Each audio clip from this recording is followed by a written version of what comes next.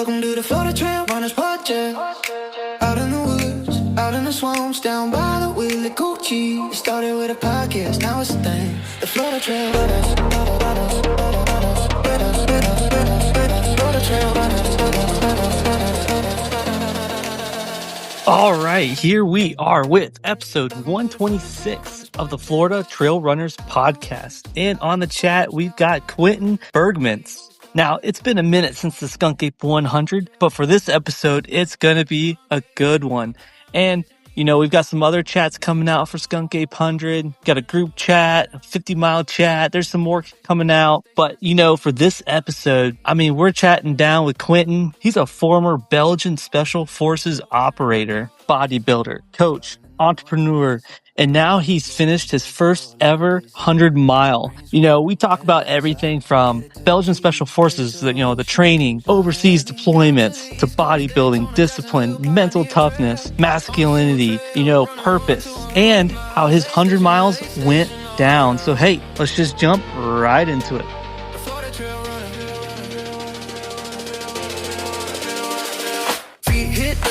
Palm trees sway, mossy oaks, palmetto pines, and cypress knees. All grass bending, go find your way. Swarm is rising, every step I take, I feel it flow. What's up, brother? Hey. Hey, you live in Ocala, right? No, I'm in Dade City. Where is that? Northeast of Tampa. Okay.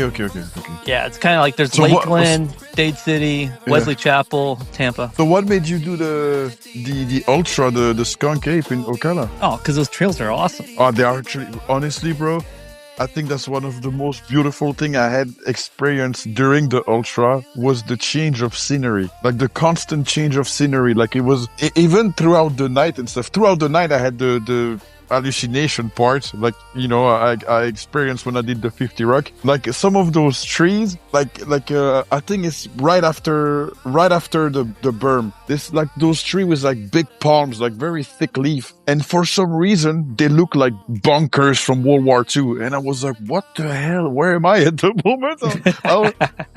And then every kind of like dead roots, dead trunk or a stump of trees.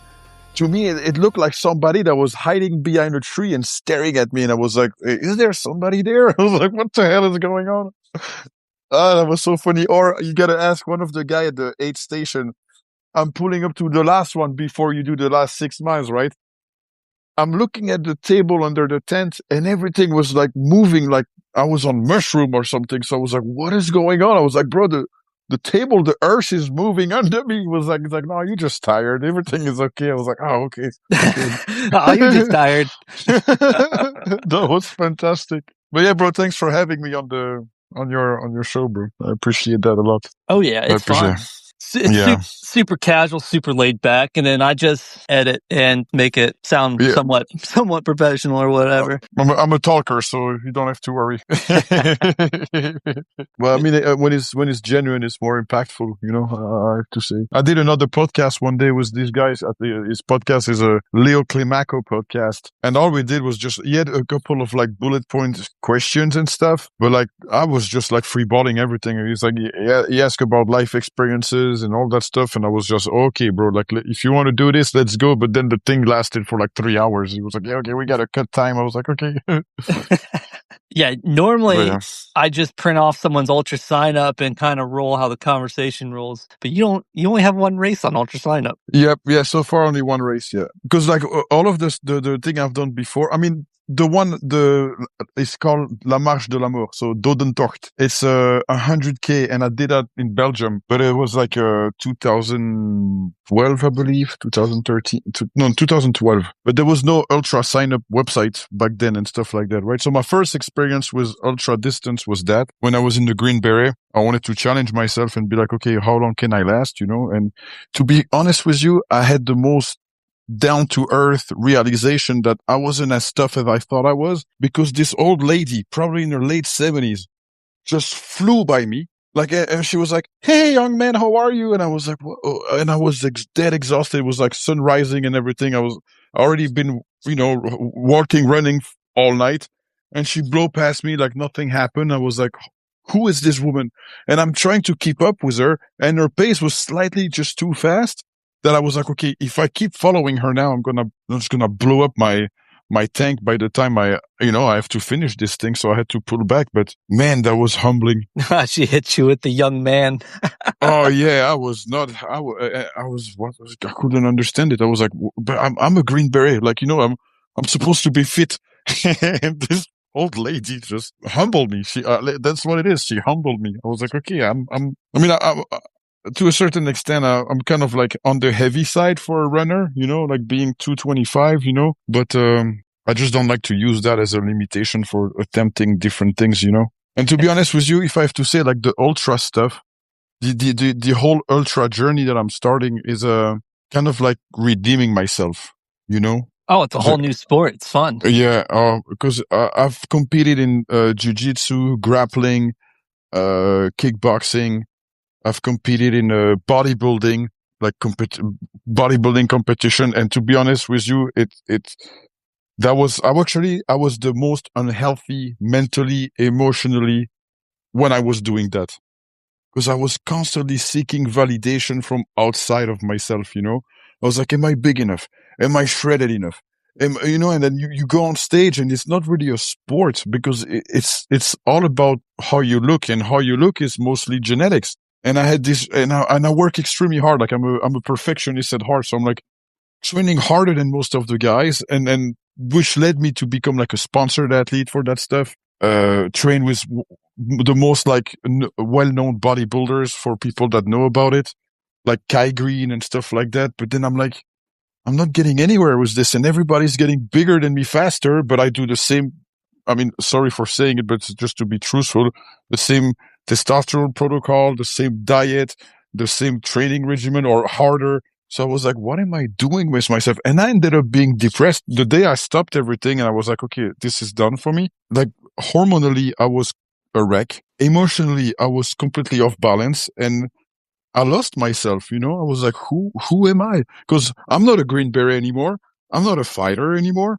I'm not a bodybuilder anymore. And I don't think I can function unless I have like a competitive goal in my head, And for most part of my early years on Earth, like my 20s, my early 30s, I was always seeking to weigh myself against others. Like, who am I against others? But then I broke my knee in last year, actually. April of last year, I had knee surgery. It's like God was like, okay, you need to sit down and think about what you're doing, because you are literally just like blowing past all the growth you're supposed to be doing, and you're not looking within, you're still distracted. Because I actually broke my knee sparring in the cage. Because I always love to like doing MMA and just training and stuff like that. And I'm sparring this big dude that's like 260, so bigger than me. And I fractured my knee where a whole piece of bone and cartilage just snapped off my knee, right? So I thought at first it was going to be an easy surgery, but he had to open my knee, anchor back the piece of, it was like a 3 centimeter of piece of bone that he had to re-anchor inside of my joint, like inside of the knee joint. And for 2 months, I couldn't walk, right? I had like how do you call that? Like a brace. And I couldn't put a foot on the floor. I had to wait to like do anything.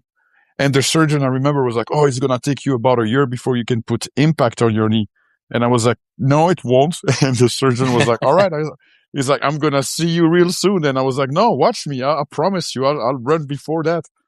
And what happened is I remembered the transformative experience I had when I did the Dodentocht, the first 100K I had done, And I was like, let me go seek that feeling again. So I started hiking with a ruck when I could start walking, right? So I would put like I started with a 20-pound ruck, and then I went to 50-pound, 60-pound. And then I was like, all right, I can handle 10 miles, 15 miles, 20 miles. I can handle 25 miles. One day, bro, because I work night shift, right? I work at a club. At the end of my shift, it was like 4 a.m. I had all my gear with me. I changed my clothes, put my hiking stuff on, put my rucksack on me, and I just walk home because I work on South Beach and I live in Cutler Bay. So it was perfectly 25 miles. And I just started walking home, like with my ruck. And I remember like it took me about 7 hours, and I got home and I started crying, and I'm like, oh, wow. Like why am I, I was like, why am I crying about this? Like, why am I so vulnerable and why am I so like raw about something that's I've done in the past? I've done back to back days hiking when I was in the army. So it's like, it shouldn't affect me like this. But then I was like, wow, I'm stripping off layers of shame. I started to understand what it was doing to me internally, right? So after that, I was like, you know what, man, I can do 25, no problem. I was like, well, let me try 50 with a ruck. 4 months later, I do a 50 ruck, right? So I live from my house. I'll send you a tracked it on All Trails, the app. And I leave from my house at like 5 p.m. and it just stopped raining. And I'm like, you know what? Let me just do 50 miles.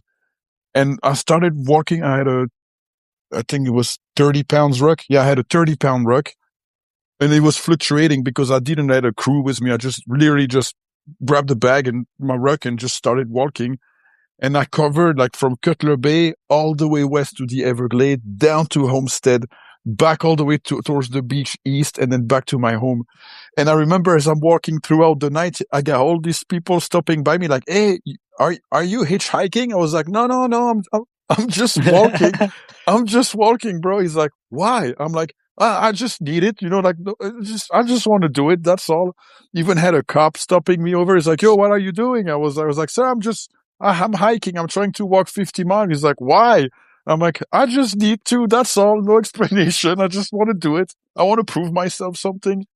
And then, I had miscalculated the 50 miles. So when I got back to my house, I was at 49.9, right? So I was like, I could just stop it. But then I'm like, it's not 50. So I had to do 2 loops in my neighborhood. It was no 49.7. I had to do 2 loops in my neighborhood to get to 50, right? And there, like, I got down on my knee as soon as I stopped. And when I say, I mean, I'm an emotional person, right? And I learned to regulate myself throughout the years.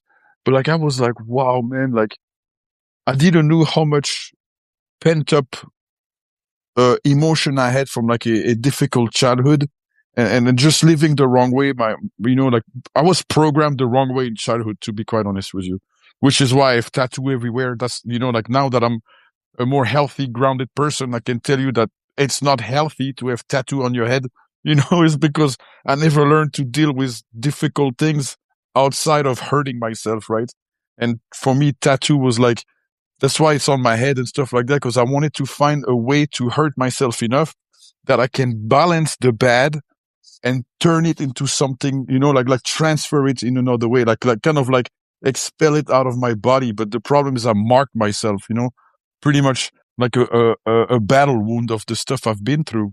But then when I had that feeling after the 50 miles, I was like, wow, this is, I found something I needed, but in a healthy way. And people say it's not healthy to walk 50 miles. My dad during the Skunk Ape called me 2 times. It was like, but what the hell is wrong with you, son? He's like, did I raise you that bad? I was like, no, Dad, I just need to do this for myself. I'm like, it's not about you. It's not about anybody. Like, it's nobody's fault. What I've been through is just life.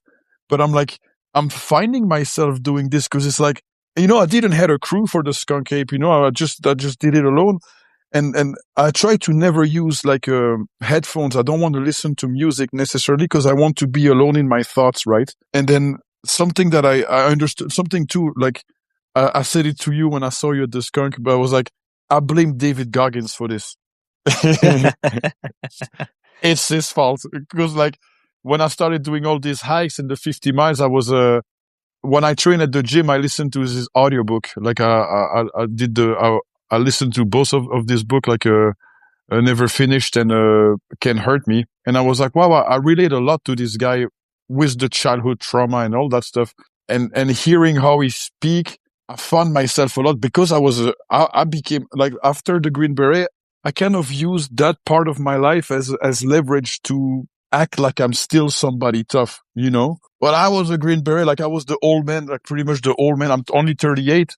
But like, when you serve from 18 to 24, you're just a kid, But I was like, man, I was a Green Beret, but it's like, nobody cares. That was the past. Like, who are you today? And I didn't know who I am today. I was like, I have no clue who's Quentin. Quentin is a guy that had great achievements and did really cool stuff in his life, but I messed up my life really, really bad about in 2000 after COVID. Lost my business, lost everything. Had a really bad experience with a relationship that got me into troubles and stuff. And I became like I wasn't close to God back then. But when I lost everything and I found myself with no more friends, no more money, no place to live, USA is not my country. You know, I've been here for 14 years, but I'm from Belgium. So I don't have family here. So I was like, wow, I have nothing left. So I'm like, what do I do now with life? You know, and all those things that happened to me led me to actually choose to become healthy, right? And to go back to the ultra phase is what I've experienced during the Skunk Ape.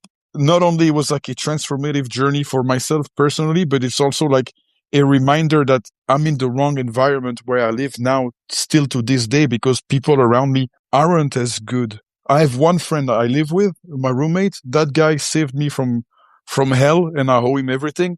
But then when I was doing the skunk, I was like, everybody was so helpful. Nobody knew me, but everybody was like, dude, you good? You got this? What do you need to eat? Let me refill your bottles. And me, I'm like, well, why are you helping me? Like, you know, like a beaten dog that put his tail between his legs, like, don't, you know, like, don't hurt me. And it's like, no, dude, like, just accept the help. But like, to me, that got me really, really emotional to just realize, like, I'm like, wow, there is good people that exist, you know? And I know it sounds crazy to speak like that, but that's my experience from life. It's like, I've been, like, you know, Miami sadly is a place where I don't think there is that many genuine people that actually want to help or want to be there. They all have like a alter motive about stuff. And again, it's just my personal experience. You know, I don't want to do a generality about people I don't know. But then when I experienced like the skunk, I was like, wow, I fell in love with it, you know? Yeah, it seems like in the ultra community, you do have that. I mean, same as the military, you do have that bond with people. And I mean, I guess for a lot of people, you know, you get into fitness a lot later in life. But I know for you, kind of circling all the way back to the beginning, I mean, fitness pretty much had to start right away with you. I mean, you went right into Correct. the military at what, like 18? Yes, correct. Well, but long story is like my dad was a Green Beret. Oh, He did wow. he did. I'm the fourth generation Green Beret. So for me, it was like a tradition. The firstborn son has to become a Green Beret. That was the tradition of the family. I wanted to do art. I wanted to go to college to do art. And my dad was like, sorry for the language. He's like, it's only like, and drug addicts that do that. So he's like, you're not doing, it's like, you're not doing that. You joined the army. And I was very influenceable. Do you say that word in English? Very influenced by my dad perception of me. Like I was scared of him. So I was like, okay, let me just do what's right. What's asked of me. You know, just love me. That's all I want. Just love me and say I'm a good son. And so I'm not sad I had the experience. It really built me. But you have to think about it.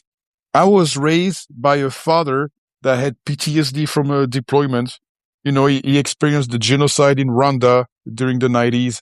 He was deployed in Kosovo, Albania, Somalia, Congo. He saw a lot of bad things. So like my dad was very, very disciplinary and authoritarian. It's like his way or the highway. Like he kicked my butt more than I couldn't even like, sometimes I don't even know why I got my butt kicked, but it happened. Or he had like punition method that were like, it's called the Vietnamese prisoner.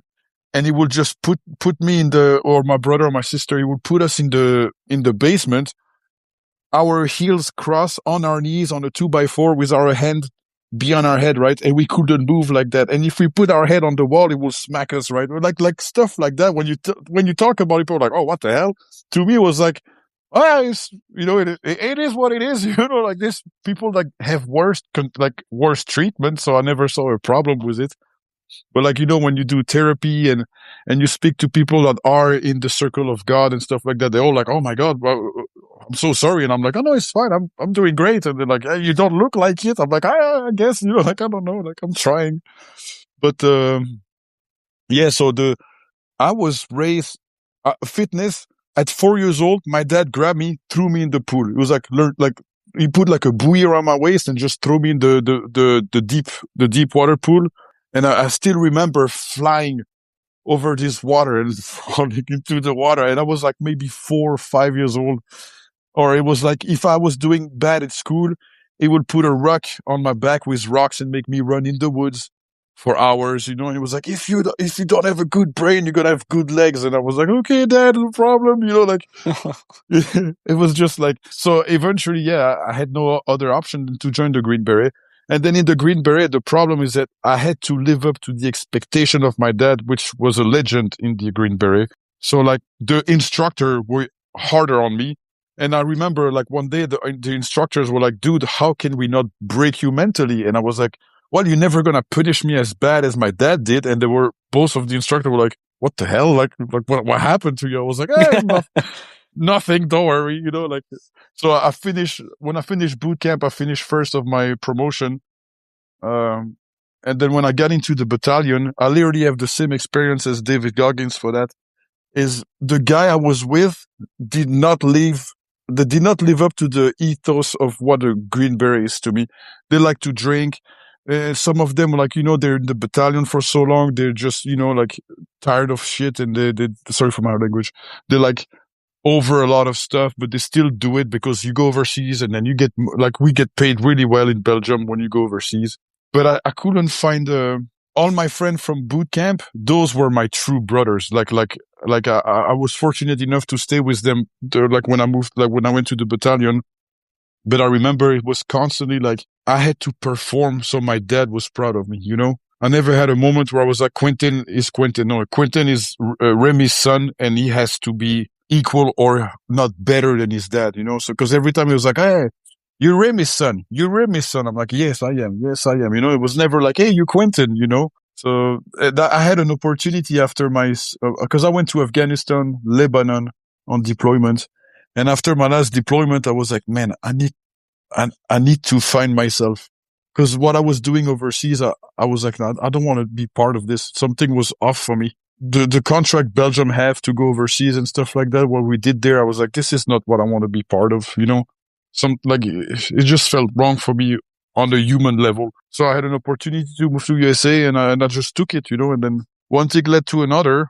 You just try to find yourself, and the only way to find yourself is doing hard things. Yeah, and I guess kind of with the Belgian Special Forces, because I know, like, here in the States, you go through the Q course, you do all that. But for Belgium, I mean, what's the pipeline? I mean, I know you go from schoolhouse to operational, you know, kind of what's that schoolhouse phases for the Belgians? So for Belgium, when I joined, I signed a contract that was it's kind of like I think it's 18X or 10X. Oh yeah, X-ray. Yeah. So like I did basic training it's a year. I did a year of basic training, and then I went into a battalion. I had to wait 2 months, and then I was sent to do the Green Beret camp, right? Like the course.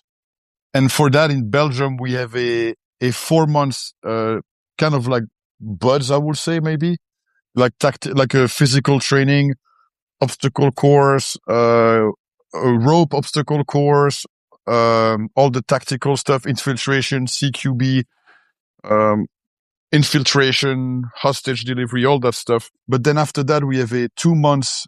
It's called a commando camp. And that phase is like rock climbing, learning all the knots, doing all the infiltration with the technique of rock climbing, zip lining, like, you know, like just pretty much being efficient with nothing anywhere. That's literally what you do. Yeah, and like a lot of like mountain warfare. Yeah, exactly. And then you get all the close combat technique, like you spend hours in the dojo learning stuff. And then after that, you have another a month. Yeah, not 2 months. I forget. No, I think it's a month. And you do the paratrooper phase. So you get your wings, and you do like static line jump and all that stuff, infiltration by air and all that. And then after that, you get transferred to your battalion, and then you get your specific role. Like it can be mortar or sniper or just basic troop. Like it depends what Belgium wants of you. Like you cannot really choose. You just sent where you're needed, pretty much. You know. Yeah, like I know for a lot of the Americans, the multi-language that's always a big barrier, and kind of surprisingly one of the hardest parts that at least I've heard from a couple guys. But like I feel like Belgium's already multilingual. Yeah, thankfully with school I learned Dutch, English, and of course French. So it's kind of like it's in the program when you're a kid, you can choose which language you want to learn. They're very polyvalent with that. They offer Latin, Spanish, Arabic now because Belgium is infiltrated by them. No offense, but this is just the truth. And it's just way we're lucky in Europe to have like multilingual choices to learn during high school. But let me tell you something. The English you learn in school, when you move to America, it is not the same, brother. Like I struggled here for the first 3 months. Like I was like, what are they talking about? Like I was like, can you please repeat slowly? Like even saying my name, because my name in French is Quentin, right? But when you say that to an American person, they're like, what did you just say? I'm like, oh, Quentin. What is yeah, Quentin? yeah. They're like, what? Well, how do you say that? I'm like, I don't know, Quentin. They're like, no, it's Quentin. I was like, okay, my bad. and then all the cultural references regarding all the movies and stuff, like, like there's a lot of jokes and slang and way to connect words and stuff. I was like, oh my God, like I don't speak English, but I'm actually extremely fluent writing and reading.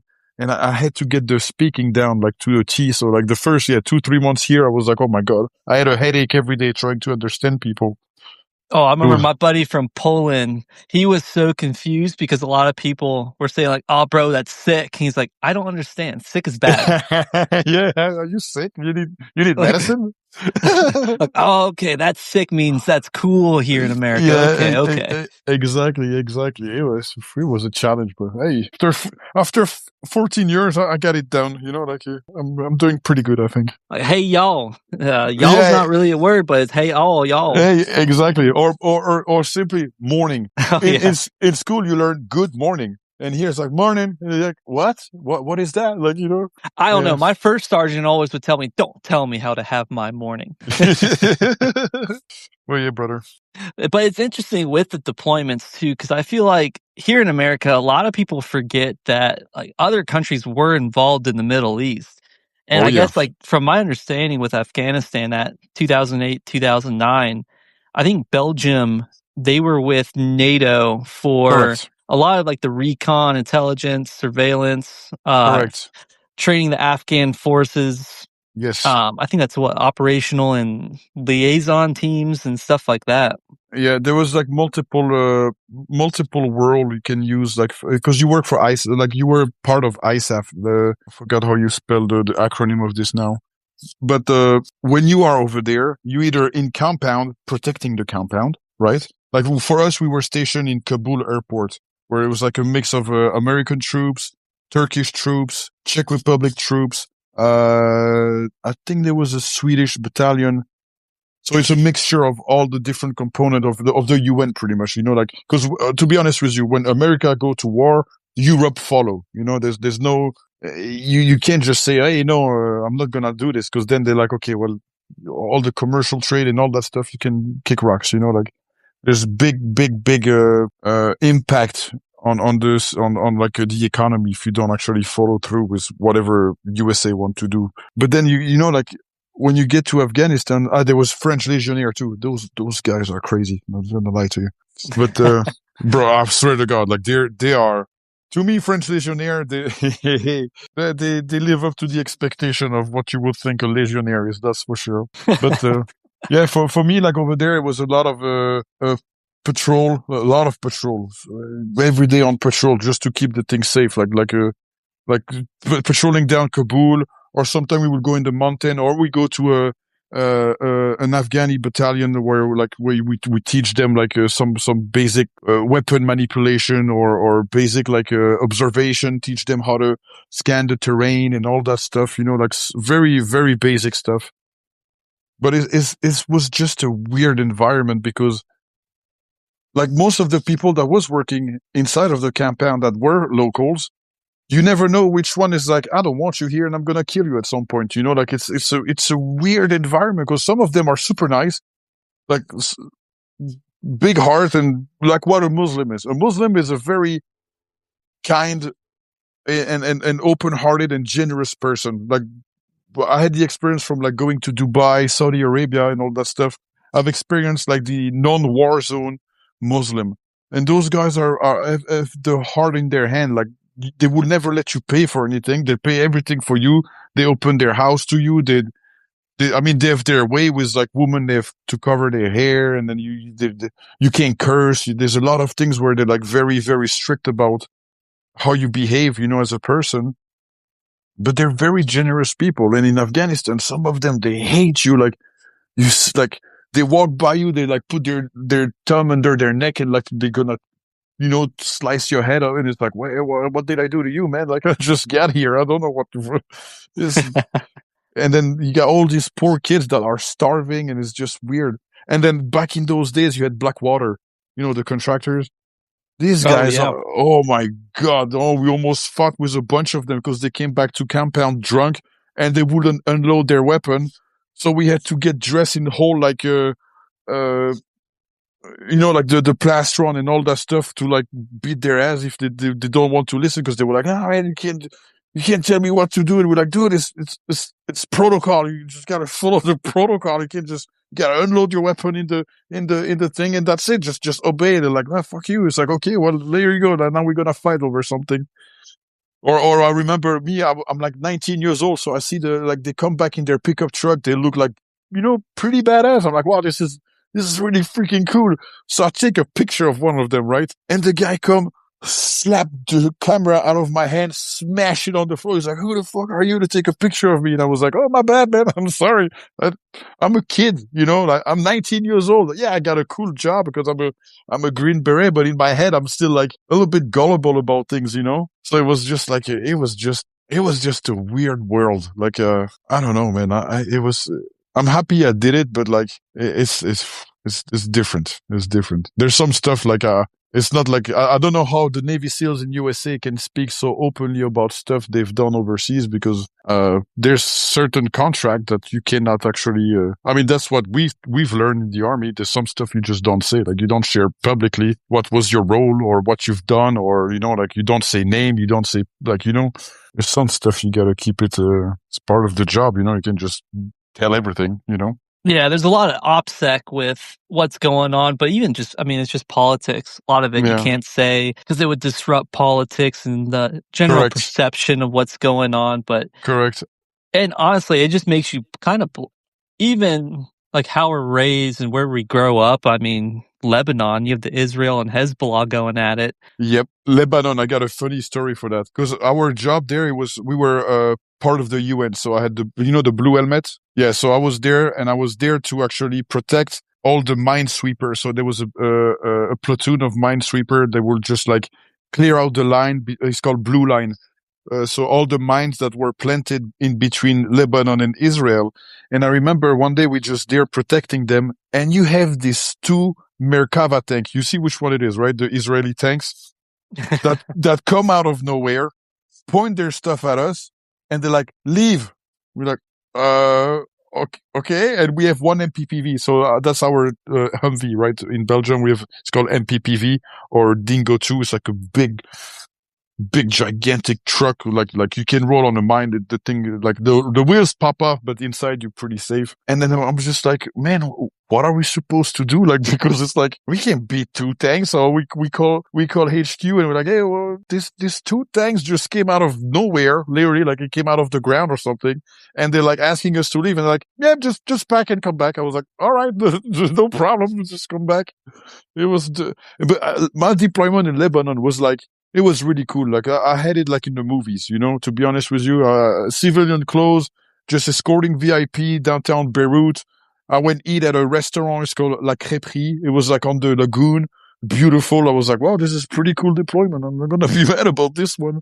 Where Afghanistan, it was during winter and it's freezing in Afghanistan during winter. Like, let me tell you, oh my God. And then you in between, like, because it's like Kabul, it's a flat land, and you got you can see the Himalayan mountain far, far away, but it's kind of like a open field where you get this cold air that's just blowing through and it freezes you to death, and it's snowing and it's miserable. Like, oh my God. But then Lebanon, it was like scorching heat, like, like just, you wear full gear, bulletproof vest and everything, just there like sweating bullets. Like, oh my God, the weather was crazy, but, It was a really cool deployment. And it's a cool, honestly, it's a cool experience as a man to have done that, even if it's like I was too young to understand the actual role I truly had over there, I wish I had a little bit more maturity back then, to be honest with you, but, because I kind of regret having left the Belgian army, but you live and you learn, you live and you learn.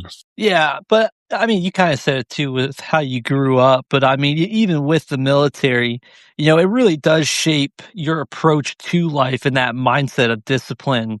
It Correct. plays a major role, even with the little things we do like currently. Yeah, correct. Yeah.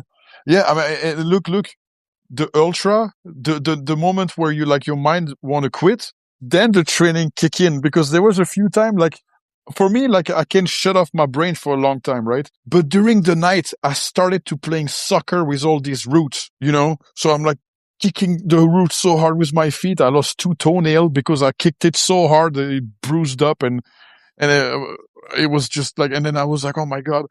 I was like, okay, so now my feet hurt. My feet are blistered, but then it's that mindset that just kick in where you're like, you don't quit. Like you set yourself a goal, like pain goes away. Pain just goes away. And everybody you meet at aid station, they all tell you the same thing. Hey, just put it in the back of your head. And I'm like, wow. I was like, those are my people. Like they like I was like, wow, everybody understands. It's so freaking cool. And like, it's the mindset of like, you don't give up. Just take your time. Like, don't think about, oh, I want to quit. Just let that thought go away. Like, just let it run through, let it run its course in your mind. And then it goes away. Because during boot camp, bro, there was not one day where I was not looking at my best bud and I was like, bro, like, I don't know if I can keep going. But then you have the image. I kept seeing myself with my green beret on my head. And I was blessed that my dad was at the ceremony and he's the one that gave me mine. But like, I was like, I wanted to like make my dad proud and I wanted the honor of being like, I'm one of them, And then I had the same thing with the ultra. When I started like your event, the skunk, I was like, I want to be able to say, I did that, I did run 100 miles, Yeah, it's funny. Then you look at the person next to you, the person behind you, and you're like, bro, we're all going to get this. Let's go. Yeah. I met 2 guys. They're so freaking awesome. And one of them, the DNF, his name was Drew. I think he had like I remember he didn't pack enough water. I think it's between mile, right before the berm. Oh, yep, from 49th to Ross Prairie. And I always try to tell people that is the spot because it's 7 miles and it's exposed. Yeah. And I remember like he started to be very pale. So I'm like, hey, here, drink water. I mean, I have to drink a lot of sodium because I sweat a lot. So I'm like, just drink this. And he's like, no, I need water. I'm like, no, just drink this. And he sipped some of mine. Then he sipped some of the other guy that was with us.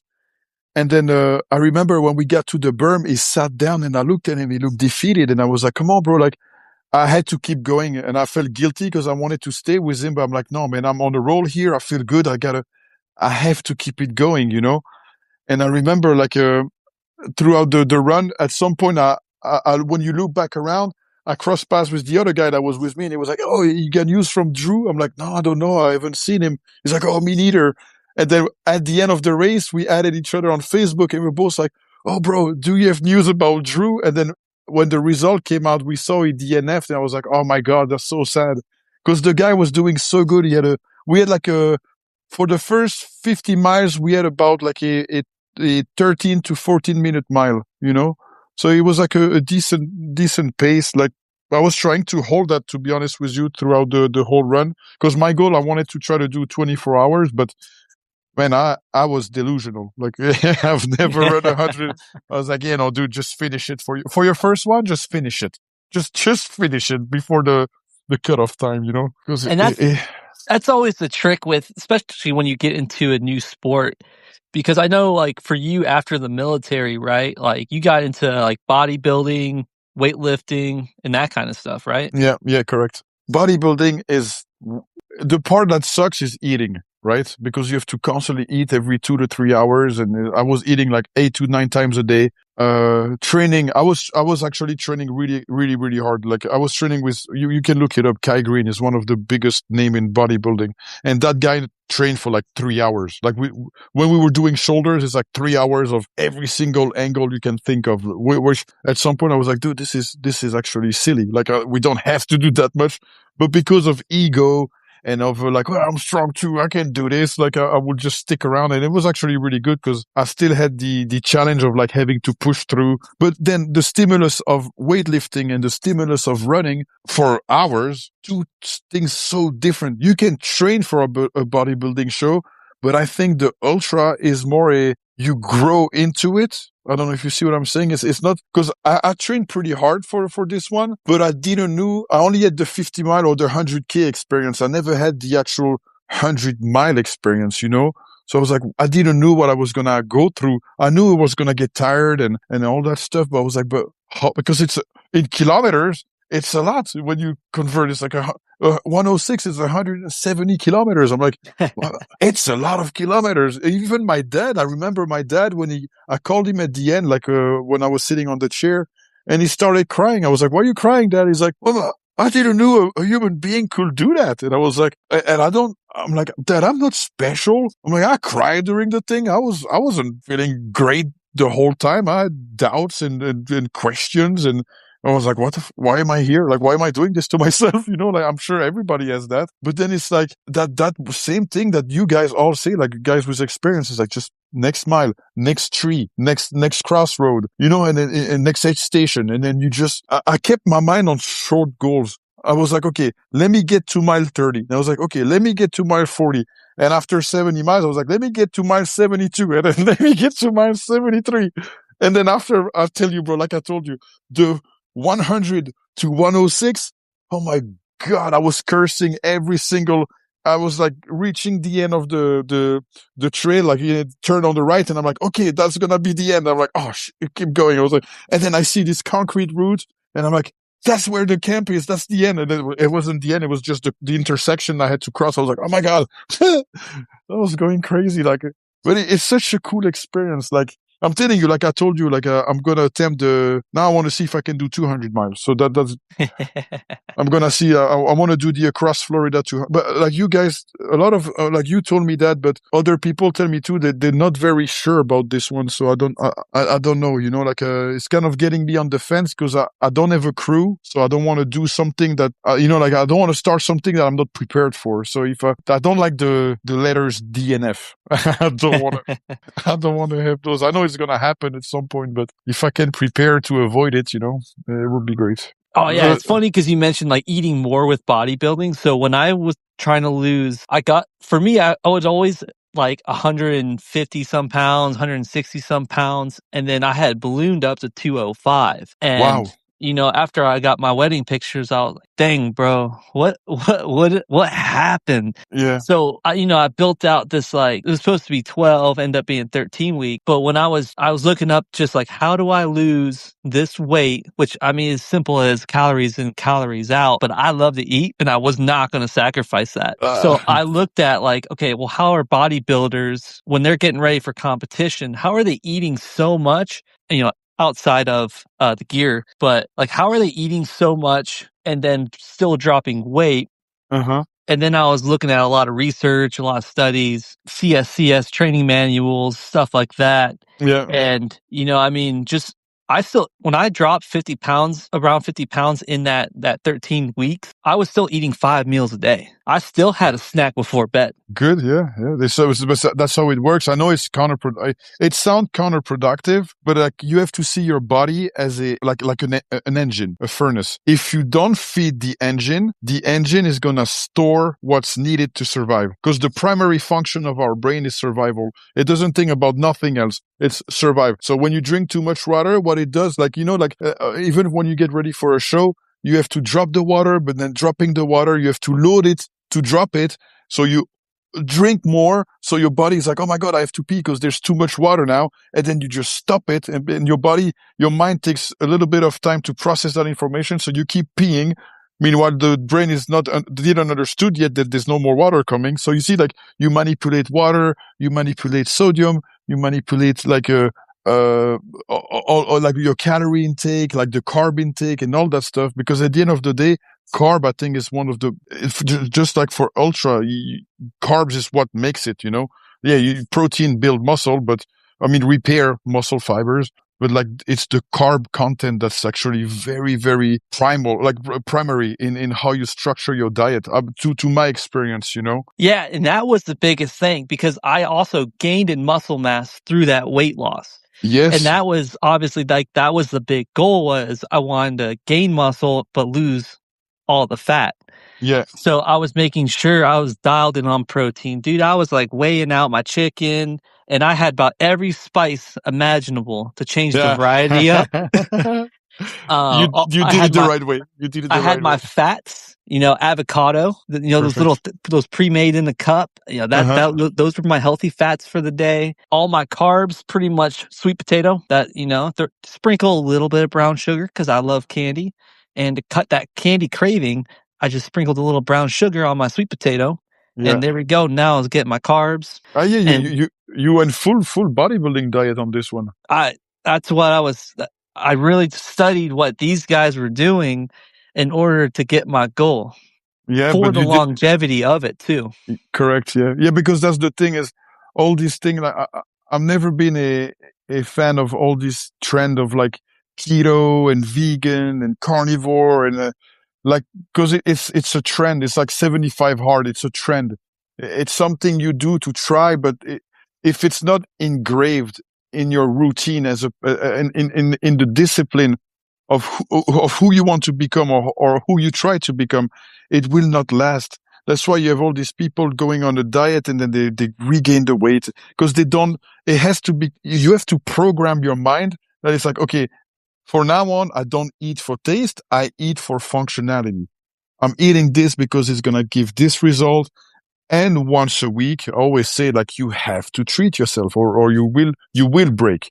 There has to be balance. There has to be like a rigorous structure to your diet, but then reward yourself when you've done the work.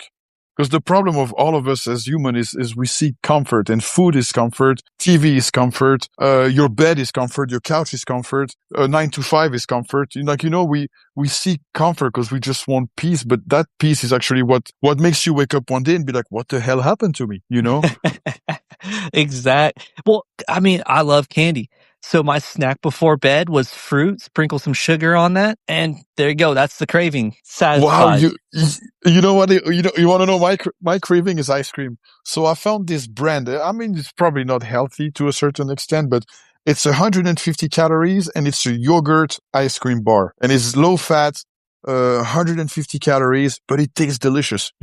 So I'm like once a week or twice a week, I'm like, hey, you know what? I'm gonna have my little salt and caramel ice cream yogurt bar, and I'm pretty happy.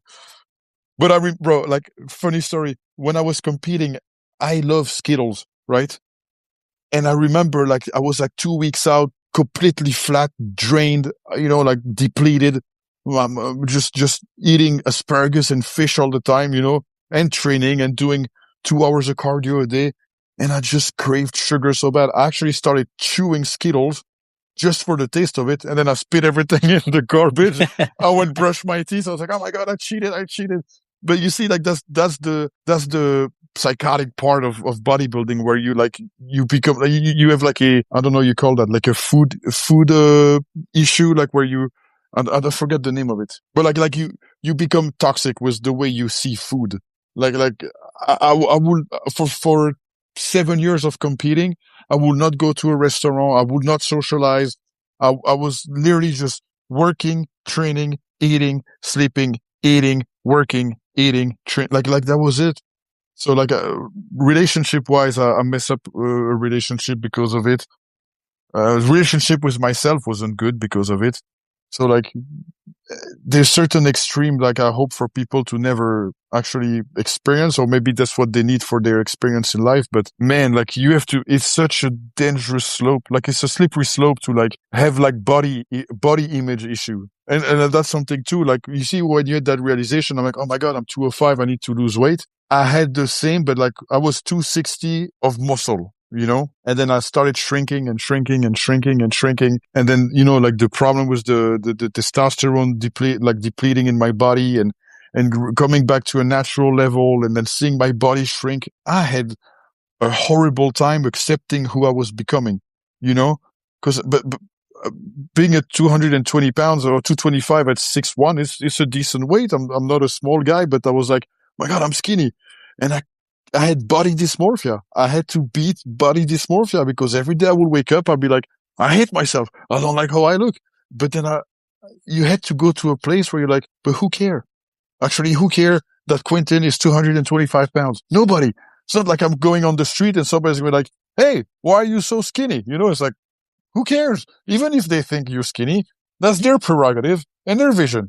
And it's, you know, like it's such a, it was a mental struggle. Let me tell you. Yeah, it's an interesting thing when you hit that moment of clarity. It's like, all right, I'm just living my own life. You know, Yeah. why do I give a shit what other people think?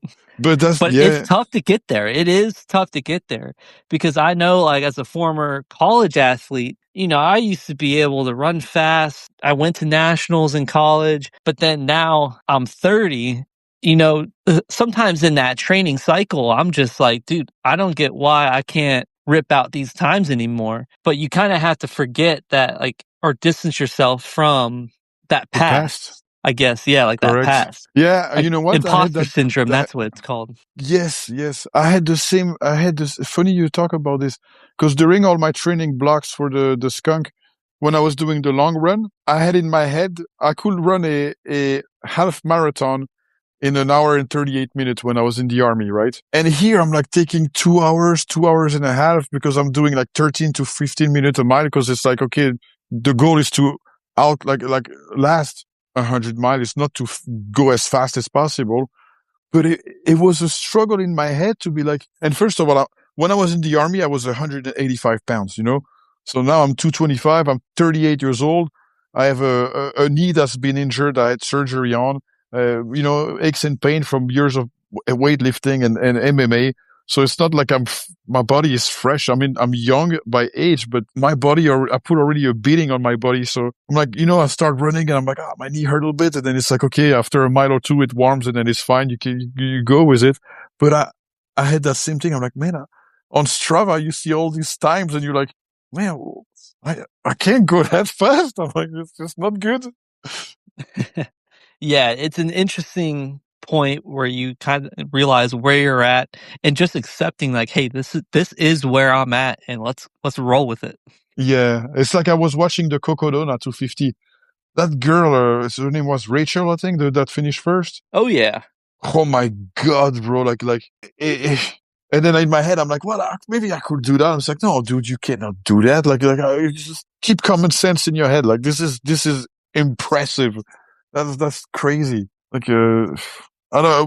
What's your longest distance you've done? So I have DNF'd the 100-mile 9 times. I've made it. I have finished one official 100-mile, and at the Tahoe 200, I made it to 100 miles. So what do you think is what makes you DNF? Most of mine has been my knee, or I was out of shape and just rode the lightning and went for it. Did you have the issue with the stomach shutting down? I haven't had that yet. I had that during the skunk. I think it's when you reach the point, the end of all the way back, where you get to that big open field, and then you turn back around. Like they had a little pool over there. I forgot which aid station that was, but like the last one all the way to the end. And then I remember they had burgers there, and I'm like, okay, let me eat this burger, and I could not swallow that burger. But I was like, if I don't eat this burger, I'm gonna start to feel weak. So I was like chewing a tiny bite, drinking some water, slowing it down.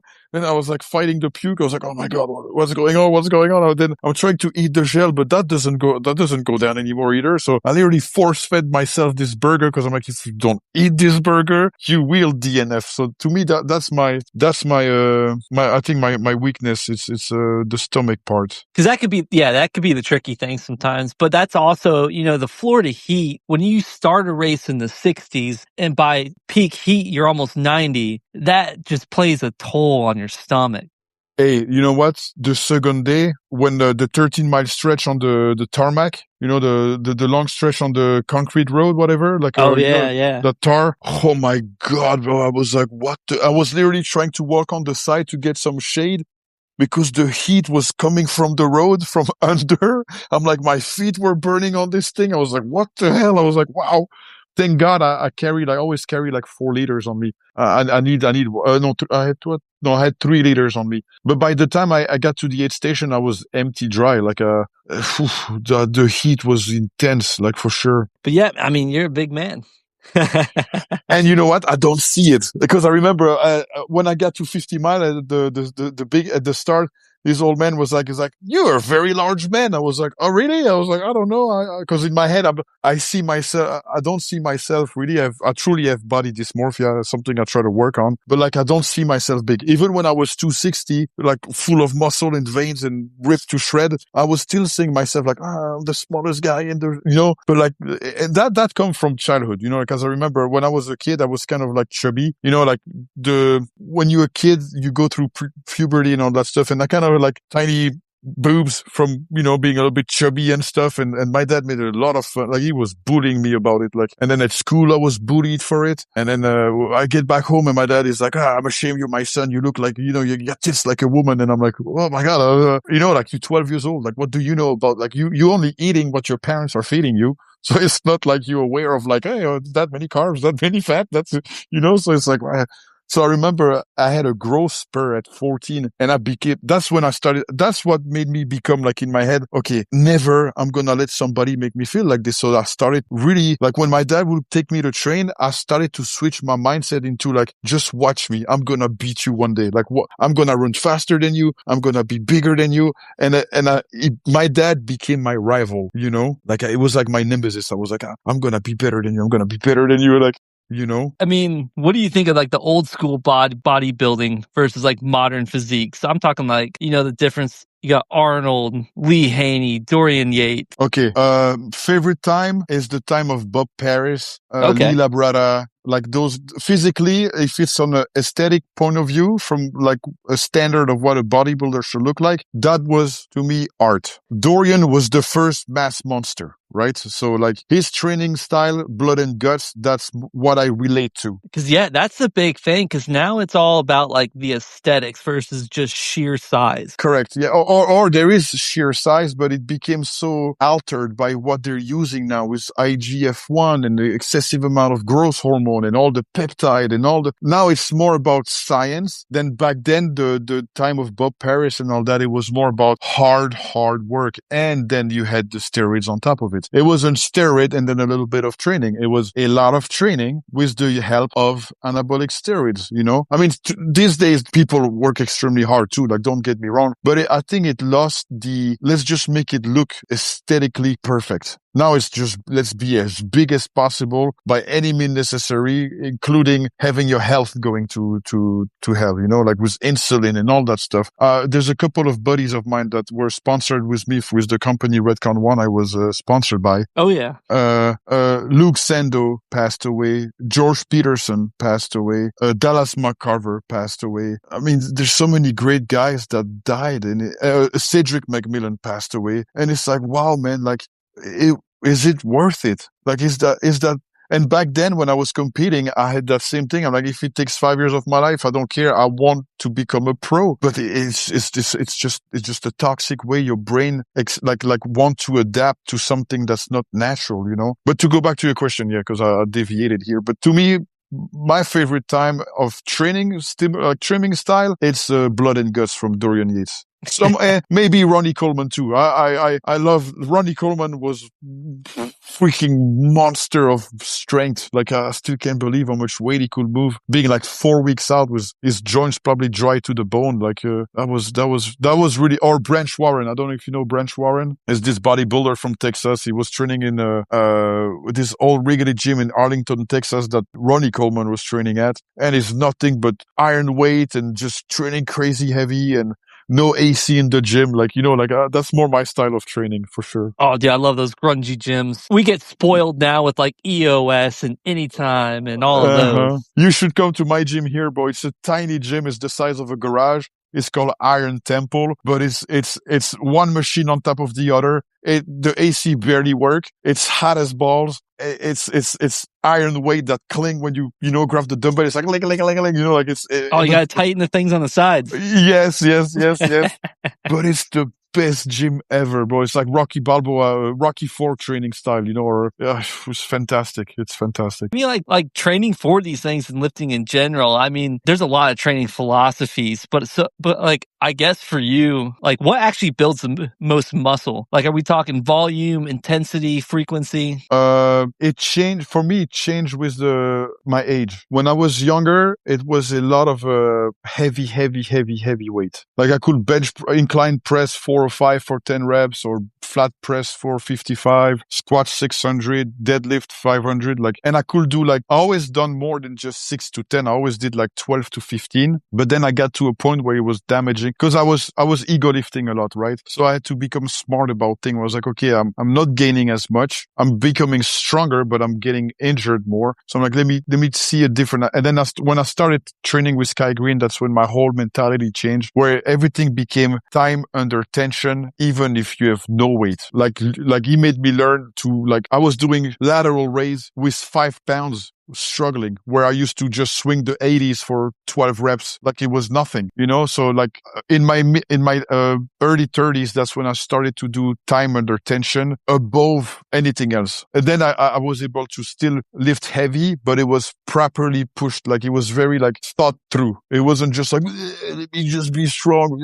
I'm a strong man. It was like, no, let me feel what I'm doing. Let me feel my pec stretch and squeeze and it was more like a thought through emotion than just brute force, I know what you're talking about, because I remember watching a Ronnie Coleman video, and this is something I kind of implemented when I lift too. You do that slow motion out, you tighten the pinkies. That was one thing Ronnie Coleman always said was, flex that pinky. It's going to make the movement so much harder. And I mean, I started doing that on those long flies. Hold at the top and then slowly bring it down. Yep. Oh my God. And you know what's funny? Because I always was like, you always hear these people saying, oh, bodybuilders, they're big, but they're not strong. And I remember I had this thing, I was like, well, I want to be a bodybuilder, but I want to be strong. But look, that's why the power lifters don't look like bodybuilders, but they lift extremely heavy amount of weight. But it's because it's a different stimulus. Your muscle respond differently to the type of training that becoming strong asks of your body, compared to what hypertrophy and what it takes to build true size. It's timer the tension with a subsequent amount of weight. It's not just, I can bench press 4 or 5. Yeah, but if you got a bird chest, it doesn't do anything. Maybe you need to do cable flies with 40 pounds on each side and just do a isometric hold or deeper stretch or partial reps. There's so many technique. And for that, the one thing I want to, for whoever is listening to this, you have to figure it out for yourself. You really have to just document how your body respond to each stimulus. You gotta take your time. I was fortunate enough. I'm actually a coach, right? And I've coached quite a amount of good quality athlete. The one I have now is Braun Strowman, WWE superstar. Yeah, dude, I've been seeing his videos and he is lean. Yeah. He's a freak of nature. He made me question my knowledge about fitness and dieting and everything, because this guy can eat. When I tell you, he's cutting down eating between 6,000 and 8,000 calories a day. Think about it. The guy is so gigantic that his body needs that much fuel to stay on the proper anabolic window without burning muscle, but still losing fat while building lean muscle mass. It's just insane I was just with him here the other day. We went to Daytona Beach to watch a bare knuckle fight in concert. It was called Blood for Blood. It's like it was a heavy concert, like a heavy metal concert, then a bare knuckle fight, then another band, then a fight, then another band, then a fight. It was fantastic. But yeah, he's a big dude. Like this guy is like 6'9" or 7 foot tall.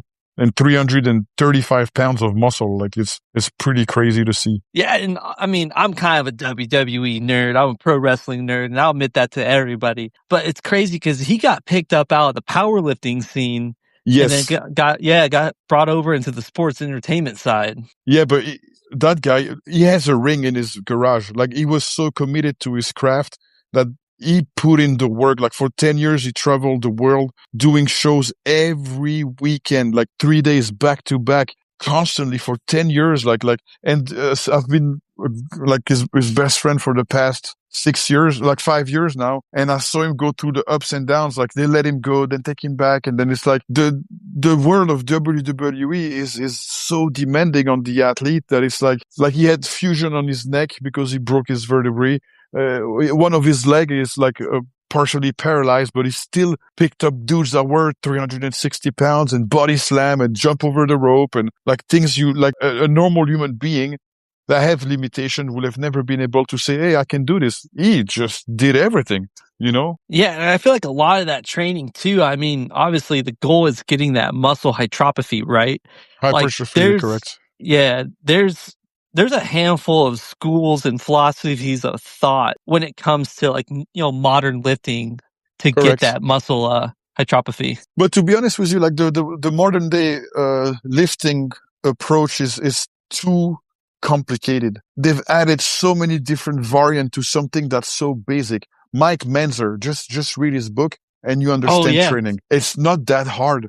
It's really not that and they made it complicated because again, they try to create something that's, we figured it out. Dude, weightlifting has been out there for almost like more than a century. You know, we don't reinvent the wheel. That wheel has been invented, you know? And this look at the quality of muscle that they were building back then, where it was a lot more aesthetic and a lot more dense and cut and striated and then aesthetically pleasing, where today is just like people make a fuss about something that doesn't have to be a fuss. Just train. Just grab the dumbbell and do your exercise. You don't have to put bands and things and all of this gadget to just do something that all you have to do is just squat, just leg press. Is it beneficial? Yes. You know, like so like the rehabilitation I've done for my knee, I was using bands and all that stuff, you know, because there is, but it's functional training. It's not just it shouldn't be just, because to me, I believe that even when I was in the army, they say weightlifting is the base. Every athlete should weightlift because that teaches your body the basic functionality of your body and, you know, like reinforcing certain muscle that may not get triggered by whatever discipline you're into, you know, like any ultra runners, they should all have like training blocks where they're training legs in the gym, you know, and lower back and a posterior chain and all that stuff, you know, it should all be part of it. Must like your body has to be trained properly, and bodybuilding or weightlifting is a great tool for that. Yeah, and there's a lot of options out there. I mean, you have HIIT training, the high intensity training. Mm-hmm. You know, you've got the high volume, which I mean, like the Jay Cutler, Ronnie Coleman, they did that high volume. High volume, yeah. But like there's progressive overloads, the hybrids. But you also have that like that old school methodology from Dr. B, Anatoly Bondarchuk. Yeah. I mean, there's a lot of that. There's a great variety of specificity to what you're doing. Correct. One I like a lot is blood flow restriction. That's something I've experienced when I had to rehabilitate my knee to like force blood into the muscle and help like, you know, like rebuild the muscle and stretch the fascia and all that. Blood flow restriction is a really cool, it's cool to experience. It's a very, very weird sensation, but it's enjoyable. You feel like your muscle are going to just burst throughout the skin. It's It's pretty cool. What is that? I mean, I know like a pump from like you smash out some curls and you get that pump. What's blood flow? So what you do actually is you put a strap, like if you say you do biceps, what you're gonna use a strap and put it at the higher extremity of your arm, so like close to your shoulder, and you're gonna strap it, pretty much get it like tied up around your arm, and then you're gonna do reps. So it's like restricting the blood, so like it pushes it in, but then it doesn't escape. So you trap blood into your muscles. So it's kind of like blowing a balloon, and then you just tie the knot, you know. Okay, So yeah, I've seen that in the gym. yeah, it's like a lot of girls on social media like to use it. They put it under their butt cheeks to because they think it's gonna grow their butt, but that actually doesn't work, because it's the blood doesn't. It's the glutes is such a big muscle. There's no really like restriction of blood flow into it, you know. Like that's more like time under tension over anything, you know. But like blood flow restriction is good for extremities, for your quads, your calves, forearms, biceps, triceps, you know. I mean, the butts, people sleep on that muscle group because you have the gluteus minimus, which is actually Maximus. very, very, very important. Correct. Yeah. But look, like doing abductors and adductors, that those are a very useful exercise that reinforce your overall physique and your posture and your stride as a runner. Like there's all those things you wouldn't think of to do, but like they are actually very useful. And yeah, the kinetic chain, if your core, your back, your shoulders, if they're not strong enough to support you, you start hunching over, that Correct. ruins your leg stride. Your whole biomechanic gets weakened by not having a good enough core, back, shoulders. Correct. Yeah. Because look, like that's something I've realized, like to retrospect on the ultra, I have to put a little bit more emphasis on my traps in my shoulders, because towards the end I started to hunch a little bit, and I was very sore on my traps for the next 4 days. So it tells me like, okay, I have to reinforce a little bit more the dexterity of my posterior chain on my upper back, you know. Which is funny because you're like, dude, I just ran 100 miles. Why are my traps sore? Yeah, exactly. I was like, wow. I was like turning my neck, and I'm like, wow, Jesus, it's hurting me. I was like, it's sore. So, And yeah, actually, I think the old Soviet method, Dr. Anatoly Bondarchuk, however you say it, Dr. B, because that was the big emphasis during that Soviet era, was that transfer of training. But it's the Soviet, bro, if you have to look at it, they were the Spetsnaz, the special force, like the Spetsnaz, the way Russian train is just they're different animals. Like those guys are brute force. Like this is, you want to talk about strong physique? Look at them. Like they're scary. Yeah, I mean, there's just a lot of things. Like if you're running, there's stuff you can do which looks goofy as shit in the gym, but dumbbells, not doing hammer curls, but running arms. So you're out there chopping lettuce like you're running, but you're holding dumbbells. You know, you hit 25 reps each arm, and you're going, hoo, hoo, hoo, hoo. So you get to the last rep, and people look at you like, what in the hell is this guy doing?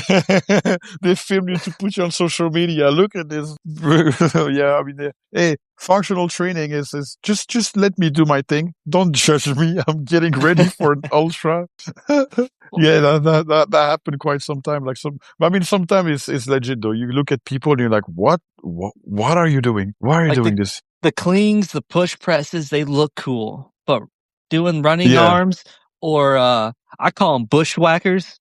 You know, like the WWE, the bushwhackers would they run out waving their arms up and down, but you throw some weights in your hands and you do that, just that quick movement. You look so goofy, but you are kicking those muscles. Yeah, I mean, it gets you tired. Like people underestimate those exercises like that, but it does get the work done. And what you're saying is like your traps and your arms all like for some reason sore after 100 miles, because people don't think about, oh yeah, like you were moving that whole top part of that posterior chain for 30 plus hours. Correct. Yeah. And then it's arm swinging and the constant, like pressure of bouncing, like, like the shock of every step, it adds up, and your shoulders dip in, and then your traps stretch more because it's like getting tired. And then it was hurting all the way to the back of my head. Like my traps were sore all the way up there. And I was like, wow, I wasn't expecting, because I have pretty big traps, and I'm like, wow, I'm hurt. like it's a different stimulus, so I have to adapt my training for that, like that's for sure. But yeah, like to be honest with you, like this ultra journey, I became a dad 6 months ago, right? My son Isaiah, and I had to redeem myself. And part of the ultra is like, okay, I want my son to grow up and see his dad if he can accomplish things that I don't know what the statistic is, 0.01% of population actually experience in their lives.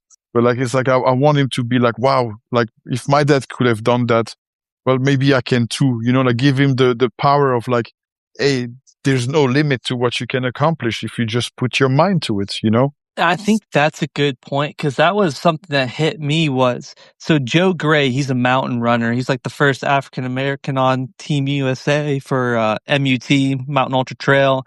He's a world champion, 20 plus USA champion. And his point of like, hey, when are you going to retire from the sport? You've accomplished basically everything. Was one day his child is going to ask him, why did you give it up? Like, why'd you stop running? And because how do you answer that? That's a tough one. Yeah, you have to go to the end of it to be able to answer that, And here he is. He's still running. So that means he hasn't reached the limit. He's still like, but that's the thing too, is like, it's not words, it's actions, God was like, hey, let me show human beings what actual love is, like just feed me, cuddle me, and I'm happy. But yeah, like that, to me, that's the thing, is like, I want to experience like the trueness of what ultra marathon is. That's why I'm like, okay, like if I can do 100, I want to do 200. If I can do 200, I want to try Mohab 300 and all that stuff. I want to see. So like when my son asks me like, hey dad, why? Then I can be like, well, this is why. And it will be truthful, because there's an emotional connection to the experience, and that's something too with a lot of people these days. They're good theorists. They've read the books, but they didn't really practice, like like foot on ground, what actually it takes to do those experiences. So whatever they speak about, you don't really connect to it because there's no emotional connection to it, But if you actually lived it, experience it, you carry the emotional energy of that experience. And when you speak on it, it connects to people because it's genuine and it's true. Absolutely. But yeah, in a way, like, look, I took the wrong route in life, where I chose the wrong path after the army, and I got lost, and I got into drug addiction and alcoholism, and I've done terrible with myself because I didn't love myself anymore. I was lost. I had no clue who I was. I had no direction, no purpose. And then when you stack the drug addiction, the childhood trauma that you never resolved because you don't want to talk about it, and then toxic relationships, and then you just become the shadow of what you could have become if you would have been programmed in a healthy way, right? And I remember I was like, Dad, like all of that happened in the past, actually, because I hated my dad for a long time. Like my mom too. I don't know my mom. Like, I have a mom, but we're not close whatsoever.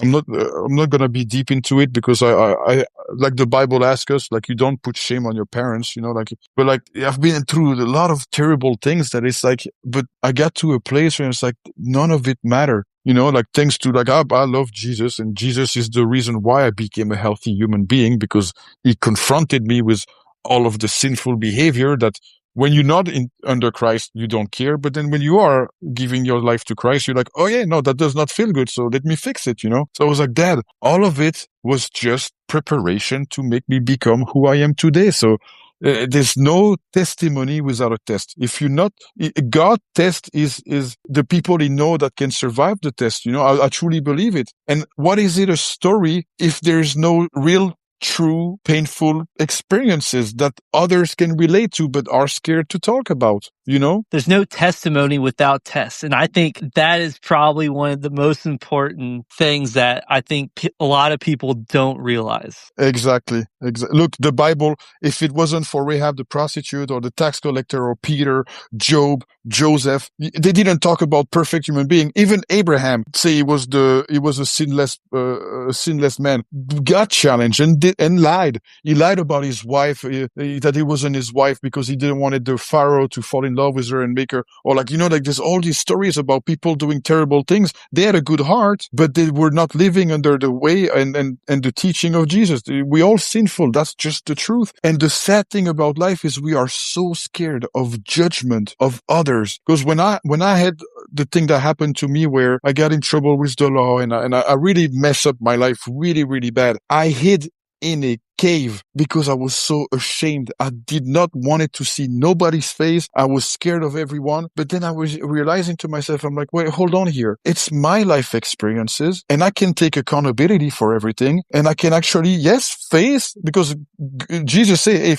if you are a friend of the world, you become then an enemy of God or something like that. I cannot quote it properly, so forgive me for that. But that's the whole mantra about how you heal. You don't stop acting for the world. Start behaving for God. Like get close to God. Don't get close to the world because the world will make fun of you. Get close to God because God will forgive you. And then you start to find your way towards a path that lead you towards people that I met at the Ultra, that it doesn't matter what your past is about. They see you as a human being that is like, I got your back, buddy, Yeah, and that's where I think like outlets like running, weightlifting, hitting it in the gym, I mean, that could just go back to the parable of the talent. It's in the Gospel of Matthew. I think it's 25:30. But that one goes to, it kind of teaches the powerful lessons about like responsibility, effort, faithfulness. In the story, the master gives talents, which is currency for them. But he gives these servants these talents, and because before leaving on a journey, 2 servants take what was given to them and then they multiply it through hard work. The Yes. third servant, he's afraid of failure, so he just buries and hides his talent, doesn't do anything with it. And then kind of how it goes, but like the master returns and the servants who actually use their talents, they are praised. They have a reward. Correct. But the servant that buried his talent and didn't glorify it, he's condemned for his fear of it, or his Yes. fear to waste it. It's kind of like at its core, that parable really teaches that God gives every person gifts and expects them to use it for his glory. Correct. And that's the point where I got to, where I was like, okay, I had to stop being scared of the world's judgment, right? Because I was like, okay, because, I had to go through a drug program to like for the course system and all that because of like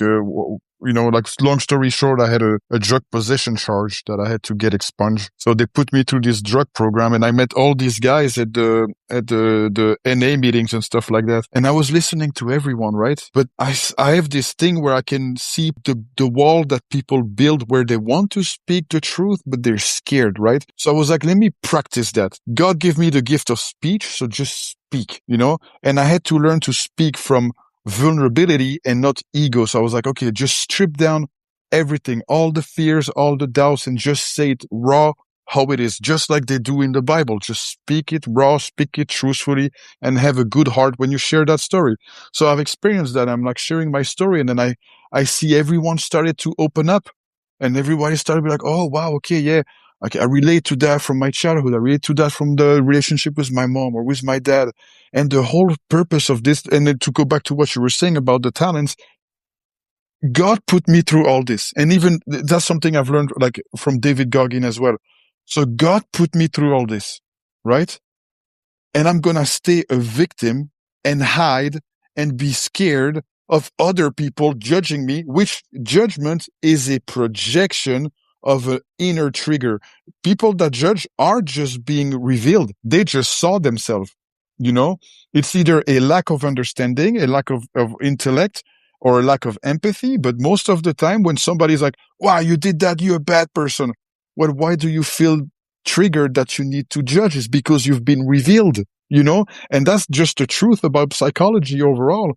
So like when God, like you say, asked like, okay, I'm giving you those talents, multiply them. That's part of the multiplication is to tell the story, Yeah, and part of that can be the struggle between the ego or what you should really be doing with it. Because it's like these talents, it's not part of a selfish pride or Correct. personal glory, like alone or whatever. But like the servants, they were rewarded because they serve the master faithfully, just like Yes, us with like running, talking, speaking, lifting. If we use what we've been given in the correct way, those athletic gifts or speaking abilities, they point back to God rather than the ego. correct. Yes. Talking about that, I actually wrote a book that I just published on Amazon 2 weeks ago, and that was my way of giving it all back. So it took me a year to write this book. It's a self-help book, right? Because I was conflicted between telling my story, but I was like, but telling my story about me, it's taking away from what actually God have done for me. Because I'm like, it's not about me. It's about everyone. It's about the bigger picture of what's happening to people with trauma or to people that were programmed the wrong way in childhood. And if I was like, okay, and I called, the name of the book is The Machine God Built, right? And it's literally the blueprint of how certain verses of the Bible were actually kind of like, I don't want to say a spell, but kind of like a reprogramming code that helped me fight a virus that was implemented in my brain from a sinful act or a sinful thought or a sinful life, And that's how I see, like when you think about it, God, like everybody's like, oh, the Bible is just a book written by men. And I like to challenge those people with this metaphor. When a engineer creates a machine, like a robot or a car or a boat, it comes with a manual, right? The Old Testament was the original manual of God, or the tablet of tablets of Moses. Like, it was 10 laws, right, at the beginning? So that was the original blueprint of like, okay, let's try to fix this because I give men free will and it's going south. But then after that, you had other technicians on earth, which are the disciple, and they experience life, they experience humans, they experience the rise of kingdoms, the fall of kingdoms, the rise of kings, the fall of kings, and they recorded data about the human condition, right? And they collected all, that's why it's the book of Job, the book of Matthew, the book of Peter, and the book of James, and they compile all this stuff into the manual that is the actual, like when there's an error, if there's an error in your brain or in your subconscious mind, just go into the Bible and I promise you, you will find the solution that will reprogram this error and lead you towards the path of redemption and peace, and joy and all the stuff that God has had for us when we first came here, when he first put us on earth, Yeah, and there's plenty of examples in there. I mean, Job, put down, but he still was faithful. That's one of my favorites. I mean, I named a dog after Samson because he was a pit bull, right? Yeah. But oh, wow, even that's Samson, so cool. he fell short. You did? Yeah. What's the name of the girl that cut his hair? Oh, I forget, but yeah, his story is pretty sad too. Look, even Solomon, one of the men with the most amount of wisdom ever, like he also fell short because of lust and stuff like that. Like lust is one of the biggest tool of the devil against men, because he knows our nature and he's like, hey, I can just use this, and most of them just crumble under the pressure, which is a society is also built that way now, where it's everywhere. I don't know why we got to the tangent of God and stuff, but I actually love it. And something we're gonna go back to the ultra phase is there's a lot of very devoted Christians that do ultras. Yeah, there are. I found that beautiful. I was like, wow, I like this. I like this type of church more than the church on Sunday, to be honest with you. Well, that's why people joke it's the church of the Sunday long run. Well, there you go. That makes sense. That makes sense. Because hey, like nobody dare judge me, or everybody is so supportive. I find it so. But you see, it's also I truly believe, just like Jesus, like the way he got flogged and all that, and put on the cross to get access, to go back to heaven and all that. But it's like, I think it's a good metaphor to use for the human condition, that the only way to purify your soul, there has to come with a certain amount of suffering of your flesh. And if it's not your flesh, it's your spirit.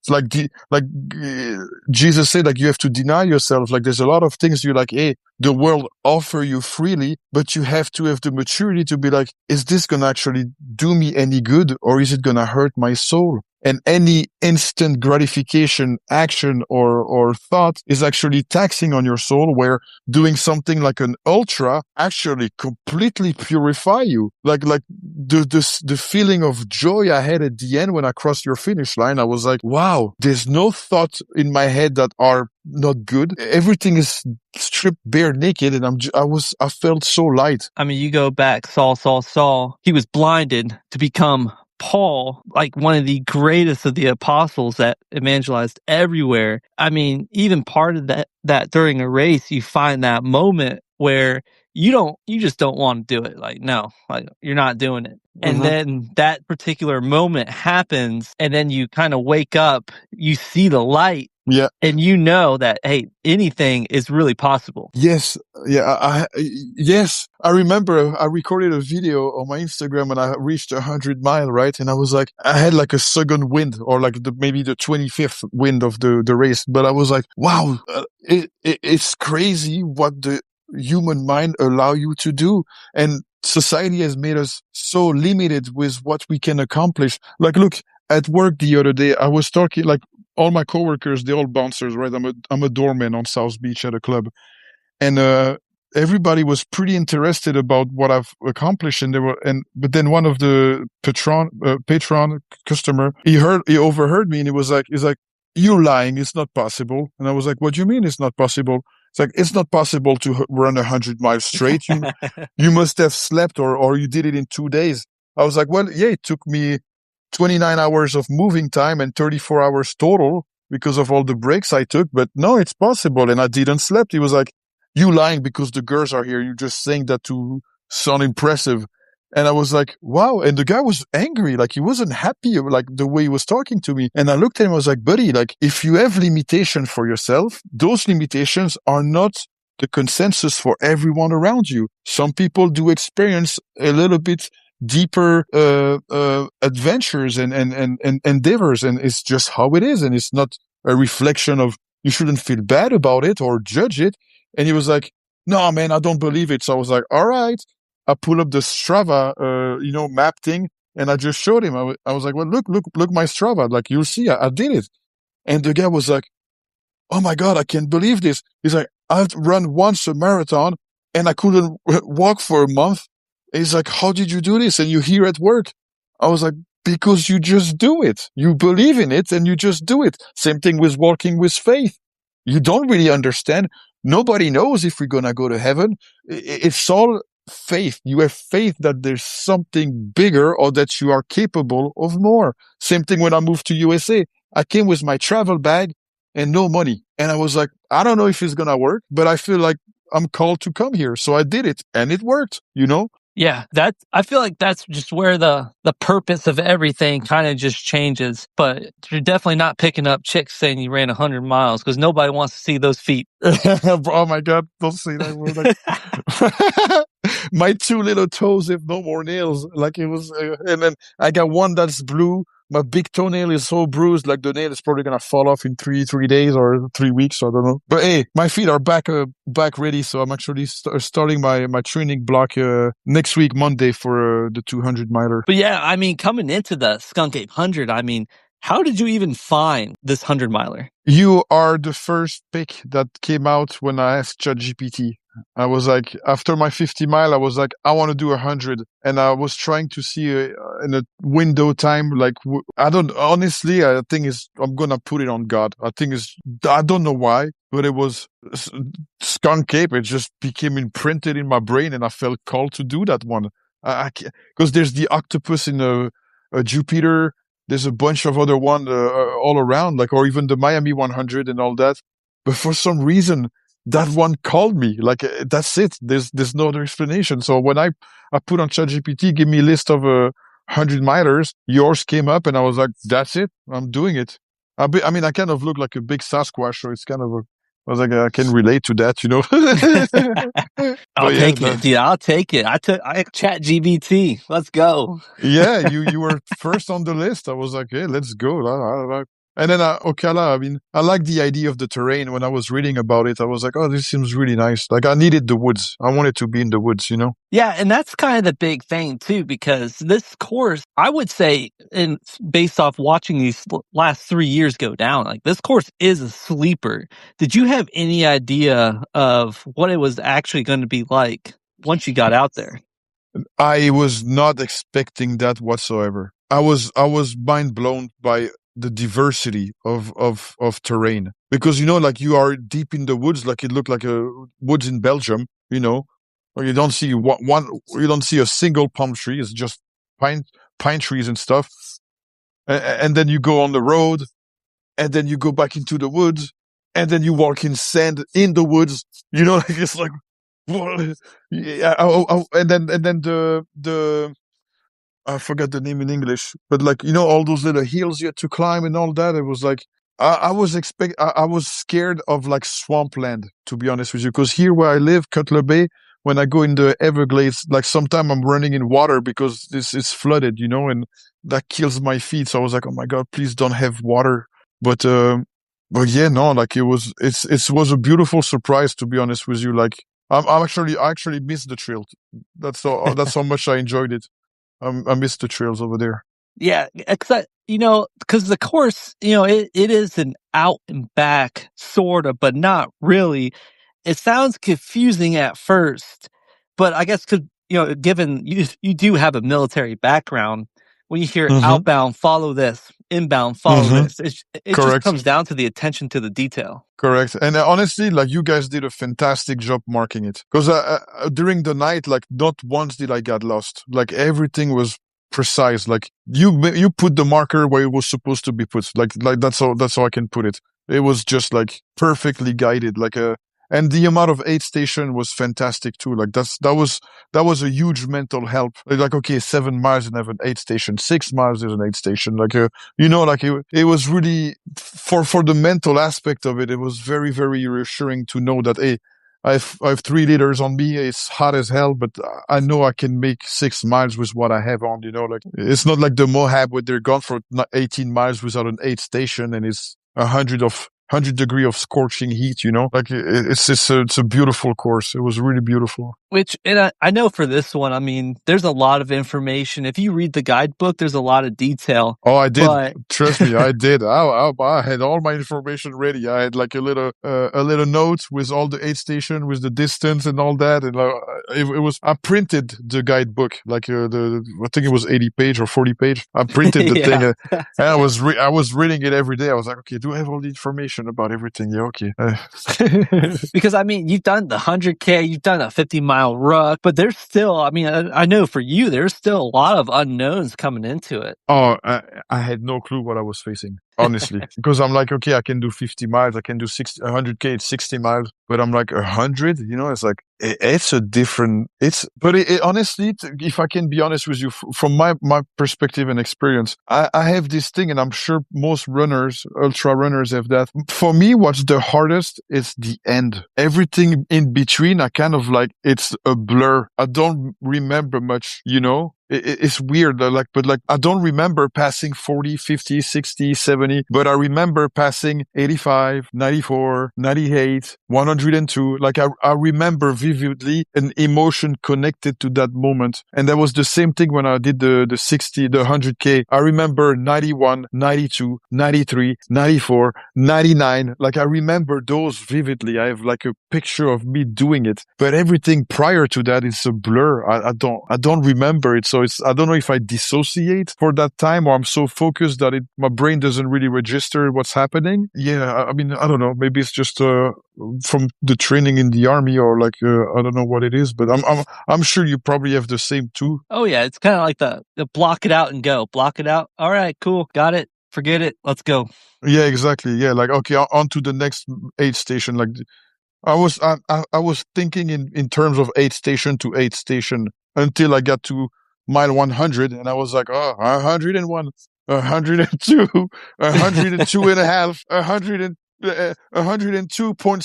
102.8. I was like, oh my God, it doesn't stop. Well, that's the Yeah. interesting thing because you can have a game plan for a lot of these races, and you might think big goals, but when, push comes to shove, setting those small goals, this one It's to this one, here to there, here to there, yep. bucket, here to that tree, eventually the goals that you might have had coming into it usually goes out the window. Oh, it disappeared. My goal was like, oh, let me be my first one, do it in under 24 hours. I got to 50 miles when I got back to base camp and we had to start a loop again.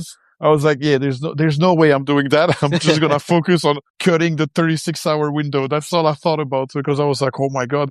Because I had just busted my feet open, was kicking those roots. Because the end, like when you get back towards the starting line, you have all these like big black roots tree, like coming off of the floor. And I had made the mistake to put my headlamp on my forehead, and I didn't turn on my waist lamp, so I didn't see them. Like, because of the light coming from the top, the shadow didn't show properly. So I kept, like I say, playing soccer with roots for like an hour. I was like, what the hell, man? And so when I headed back out on the second loop, I had put my waist lamp on and I was like, oh my God, I could have avoided all these blisters but then again, this is exactly what experience is all about. Like, I don't have the experience. So all the rookie mistake, I think I made them, That's the best part though, because then all right, so I'm only going to get faster from here. Yeah. Like, okay, yeah, that's true. Like, okay, I did it in 34. Next year, I'm coming back. I'm like, I'm going to do under 30, and then try to have realistic goals about, and changing my preparation too, because I have to do more long roads weekly, to be honest with you. Well, that's where foot care too. I mean, you learn it a little bit, but like through the military, you learn foot care not really though. You just change your socks. No, yeah. Hey, change your socks and drink some water. That's it. Yeah. And blister care to a certain extent too, because it's progressive in the army. You build to it. So, and then your boots are really like, we had good boots. I'm lucky in the Belgian army, and I don't have weak feet. Like, even if a blister is never really bad, where it's like the whole bottom of the foot just detached, like it's always my little toes because of the friction, and I have long toes. So it kind of suck because they rub so much on each other that they always blisters no matter what. But here, yeah, no, it's a different animal. And I could feel the blister expanding in my shoe. And I was like, oh my God, this is going to be so bad. And that's some of the things that you learn. Because I know for me, my pinky toes, they curve inward. So Me they'll too. flip flip over. Yeah. So I know now if I do an ultra, I need to pre-tape that area. So then I don't have that issue. Can I ask a veteran output on that? Which tape do you use? I'll send you a picture of what I have in my foot care box. I forget what it is off the top of my head. Because you use that, and then you use like Skin Tack or the other brands, and you essentially what the goal is to create new skin over your skin. Okay, because I asked ChatGPT, which was a rookie mistake, but it told me to put leukotape, like, the brown tape that's super sticky, like it's like the medic tape. Oh, and yeah. So when I put that on my toe, my little toes, before I started, when I got to the aid station and the blister was so bad, we had to remove it. I forgot his name, the guy with the beard. I love this guy. Yeah, John Reed. He saved me. Please, if you listen to this, John, I love you. You became a brother to me because you fixed me, bro. I literally I did that again, rookie mistake. I just rip off the bandage, like thinking the skin was not that bad. I removed the skin with the nail at once, like, and like you could literally see the flesh of my little toe, like out in the open. And then he come with a bottle of alcohol, pour it on it. I started screaming at night right before the burn. I'm like, oh, like I remember that woke me up. I was like, all right, bro, I'm awake. I'm there. I'm ready. It's like, and then he literally taped me up, put my Injinji, like the toe socks, back on, helped me get back on my feet, feed me, like give me Sprite and all this food and feed, and he got my vest ready, my water and everything. And then he just like gets me back up and he's like, hey, thanks for coming by. I was like, I mean, I don't have an option. I had to, but I was like, thank you for having me. And he was like, and he was so reassuring because, like the pain from the alcohol and all that kind of like put me a little bit in a battle shock for some reason because of being tired and stuff. So I was I was a little bit like, okay, where am I? What am I doing? But then it kept like the thing he said was it was key. Like it restructured my brain properly. It was like, hey, that pain is going to go in the back of your mind and it's going to be just fine. Just give it 20, 30 minutes. And then he led me towards the berm and he was like, all right, see you later. And I remember I hopped on the berm and I started walking.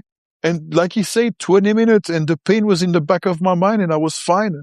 But you have to think like my toe was like stripped of skin. There was nothing left. It was just like an open wound and disappeared. The pain disappeared. I was like, all right, let's go. That is the magic of foot care and knowing how to actually properly mend that so it creates that new skin. Oh, he did fantastic, brother. And even at the end, when I got back to my Airbnb, when I took the tape off, everything was like clean. Everything like I didn't have any infection. When you think about it, like I had dirt everywhere, but it was covered so properly. It did actually like worked as a second skin, And I know at the starting line, I mean, prior to the race, I mean, you were telling me you're pretty nervous. So, like, what's going through your mind at the start? I was looking at everybody around me and I'm like, I don't fit here. I was like, who am I to think I can run 100 miles? I was like, I felt so out of place, bro. Like, I'm not going to lie to you. I felt out of place. I was like, and I see all these people, they all look like, they're all doing this for a while. And I'm like, man, I'm delusional. Like I have mental problem. Like something is wrong with me. Why am I here? But then I'm like, for some reason, like when you started to give the speech and everything, my brain clicked and I was like, all right, let's do this. Like I just got into like battle mode. Let's just go. I got a mission to accomplish and my brain just kicked in and I was like directly into the phase of like, okay, let me follow my pace. And I got into like, hey, don't care about nobody else. Just keep your 13 to 14 minutes a mile. And I just started executing, I was like, okay, let's go to mile 5. Let's go to mile 10. Let's go to mile 15. Let's go to mile 20. And then it just, like as soon as it started, I got into it, But prior to getting there, yeah, it was like I had the last minute, number 2, like the restroom was packed. So I was like, oh my God, I'm going to be late for the start. And I got to get there earlier next time for sure. So, I mean, the first outbound section, that is where, you have mostly trail. You've got the berm, then you got a good stretch of pavement. You got the pavement hills, but you go from there, berm, trail. I mean, how did that first outbound, strip go for you? It went super smooth. Honestly, like the first half, I was like, wow, it was actually, I felt like I was going too slow. But it was so diverse that it's like, for me, the hardest was the outbound the second time at night. The hill on the road and all that really messed me up. Like it messed with me a lot because I couldn't recognize the landscape the same way than the first time. So like my distance were off and I kind of like had no clue where I was, to be honest with you. But like the first half was actually very enjoyable, very enjoyable. Yeah, because starting that second loop, I mean, I feel like the course feels different that second time. 1,000,000%. I promise you, even on the way back, the inbound on the second time, I didn't recognize I recognized the only part was the bridge, the bridge with the rocks, like the old bridge. When you get off the trail, you go on the concrete road and you have this little bridge. That's all I remember. Everything else, or the big bridge, like you go under and then you go on the hill, like that one I remember too. But to me, the hardest part was the long part on concrete on the inbound part. The inbound part. That was, to me, that was on the second loop. That was the hardest for me. Yeah, because that's what's interesting too, because I feel like, either the berm, love it or hate it, but that pavement section, that can change drastically between people, because some people, they love it because they can shuffle their feet, don't have to worry about roots. If they're feeling good, they take off. But for some people, that if your quads are hurting, that whole road, it's 8 or 11 or whatever, 12 miles of it. Yeah. It hurts. It hurts because me, I had all these blisters on the second time, so I prefer the berm than the concrete part, like the road. I was walking on the side on the side of the road to avoid walking on the concrete because my feet was just hurting me too much, and the heat was like because you're out in the open, you have no sun cover, so it's like you cooking and then your feet are cooking and it's like, oh my God. And it takes forever. Like you feel like it never ends, you know? Yeah, that's a good point because now you hit it the first time in the sun, and on your second time, you also hit it in the sun. Yeah. And the second day was a lot hotter, to be honest with you. Yeah, I because feel, we had that little spurt of rain and everything got wet. yep. So, Yep. the sun was cooking all that, the moisture, the humidity. Oh, yeah. It was not nice. It was not nice. Something I have to remember for the next one is proper anti-shave, products because like I don't know what happened. I had like a heat rash on the side of my quads for some reason.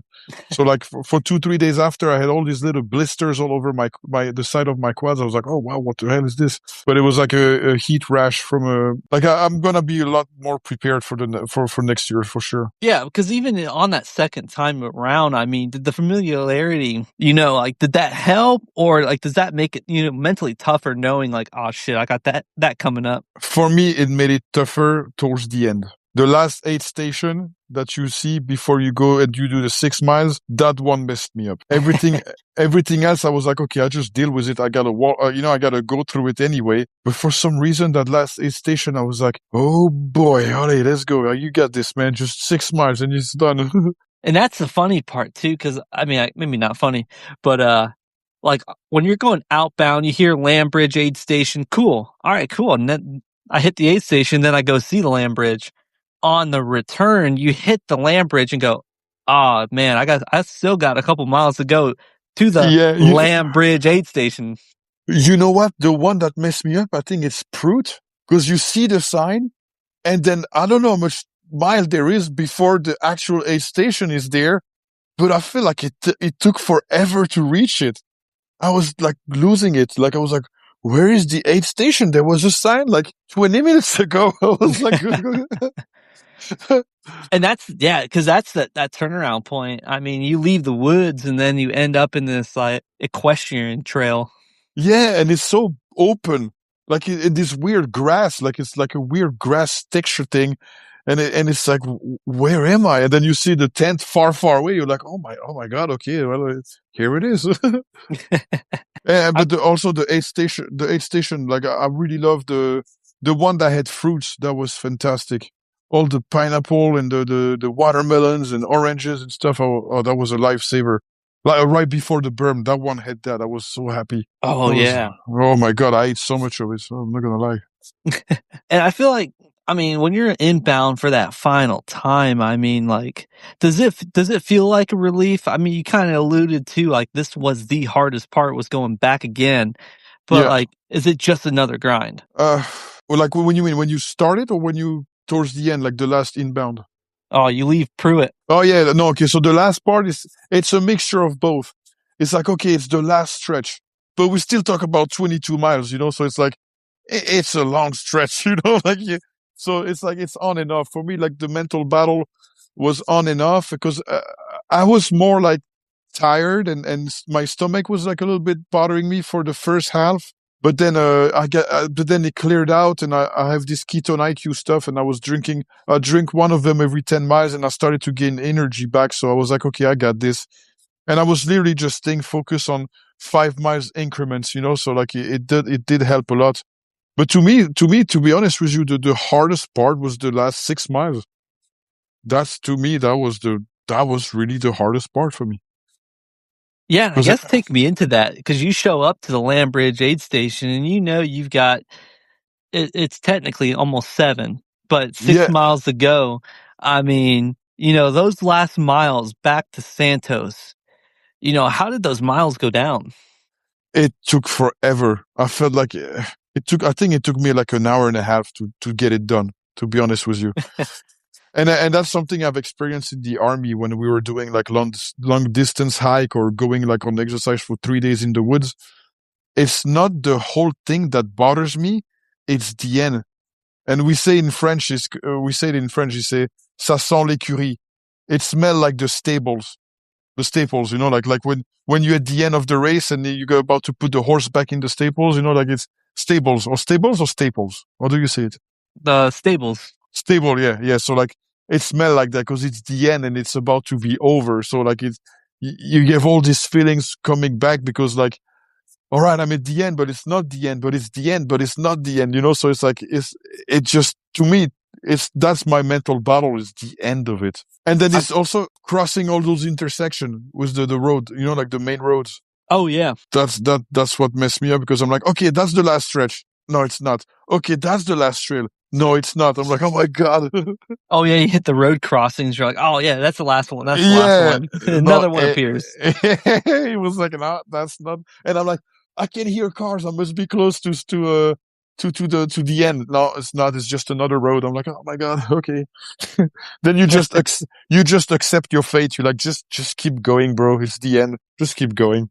But then obviously, finally, you leave the trail for the final time. You take that left-hand turn, you go down the paved path. That's the path to the finish. What did it feel Yeah. like coming through that final little stretch there? I cried. I took a minute because I started crying, to be honest with you. Like, the amount of relief I felt, but a sense of accomplishment. Like I was overwhelmed with emotion, to be honest with you. Because I started rushing. I was like, okay. And then it just hit me like a brick. I literally just got super emotional. I was like, oh my God, I just did it. Because, it was a big goal for me to like find myself again, to be honest with you, the Skunk Ape, like, I was like, I want to know who I am. I want to know what I'm made of again. I want to know that I'm capable and I want to trust myself again and have faith in myself again. And I want my son to be proud of me, his mother to be proud of me, my family to be proud of me, God to be proud of me.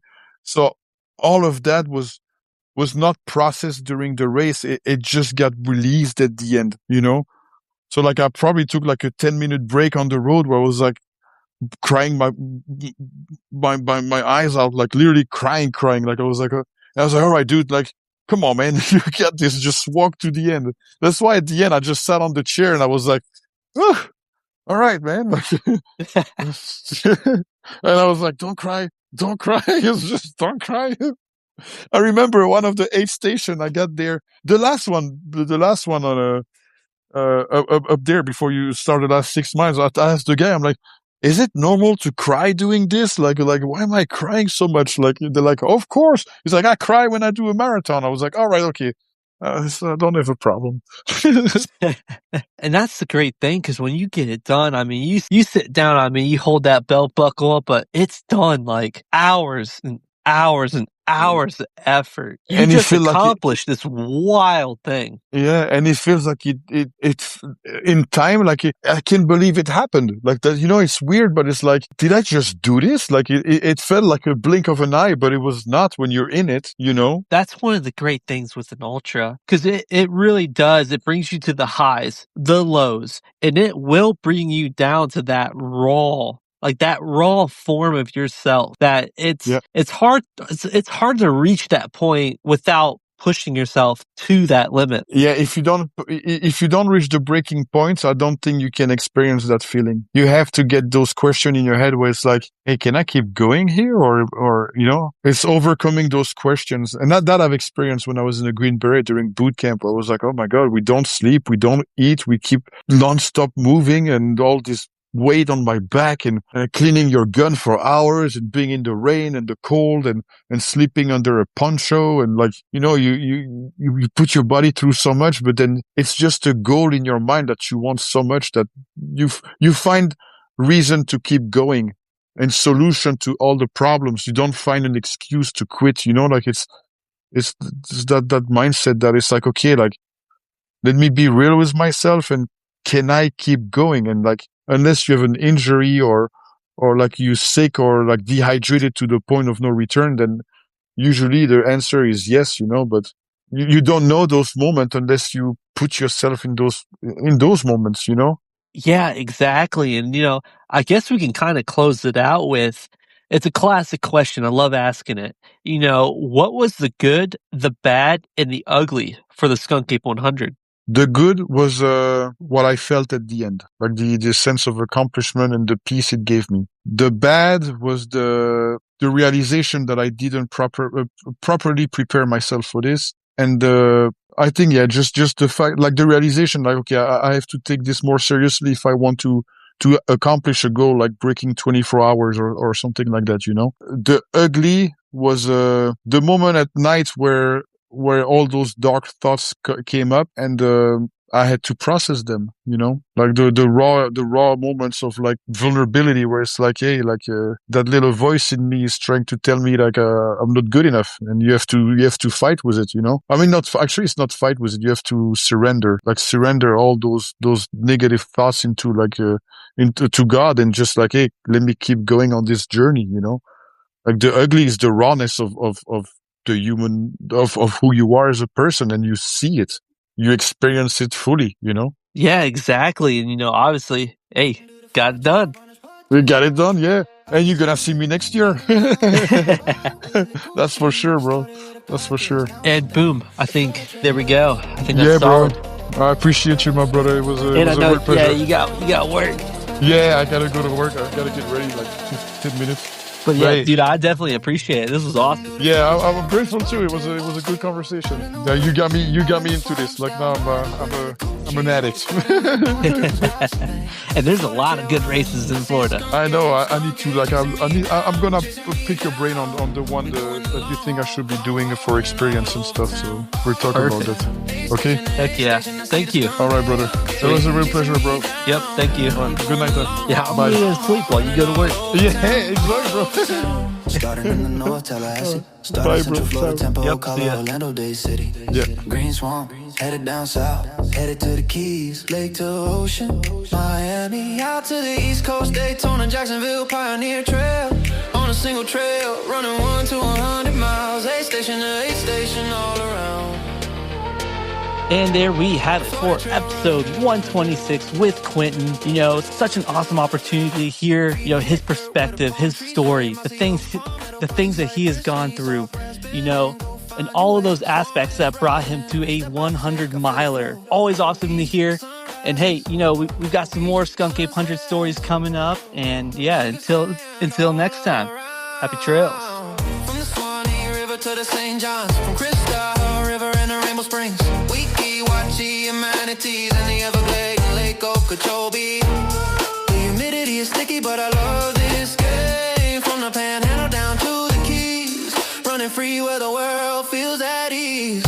Florida trails take me higher, through the pines and Palmetto. The National Scenic Trail, muddy shoes, sun on my face. Every mile is a wild embrace. Florida trails don't let me go. Through the hammock, the marsh, and the glow.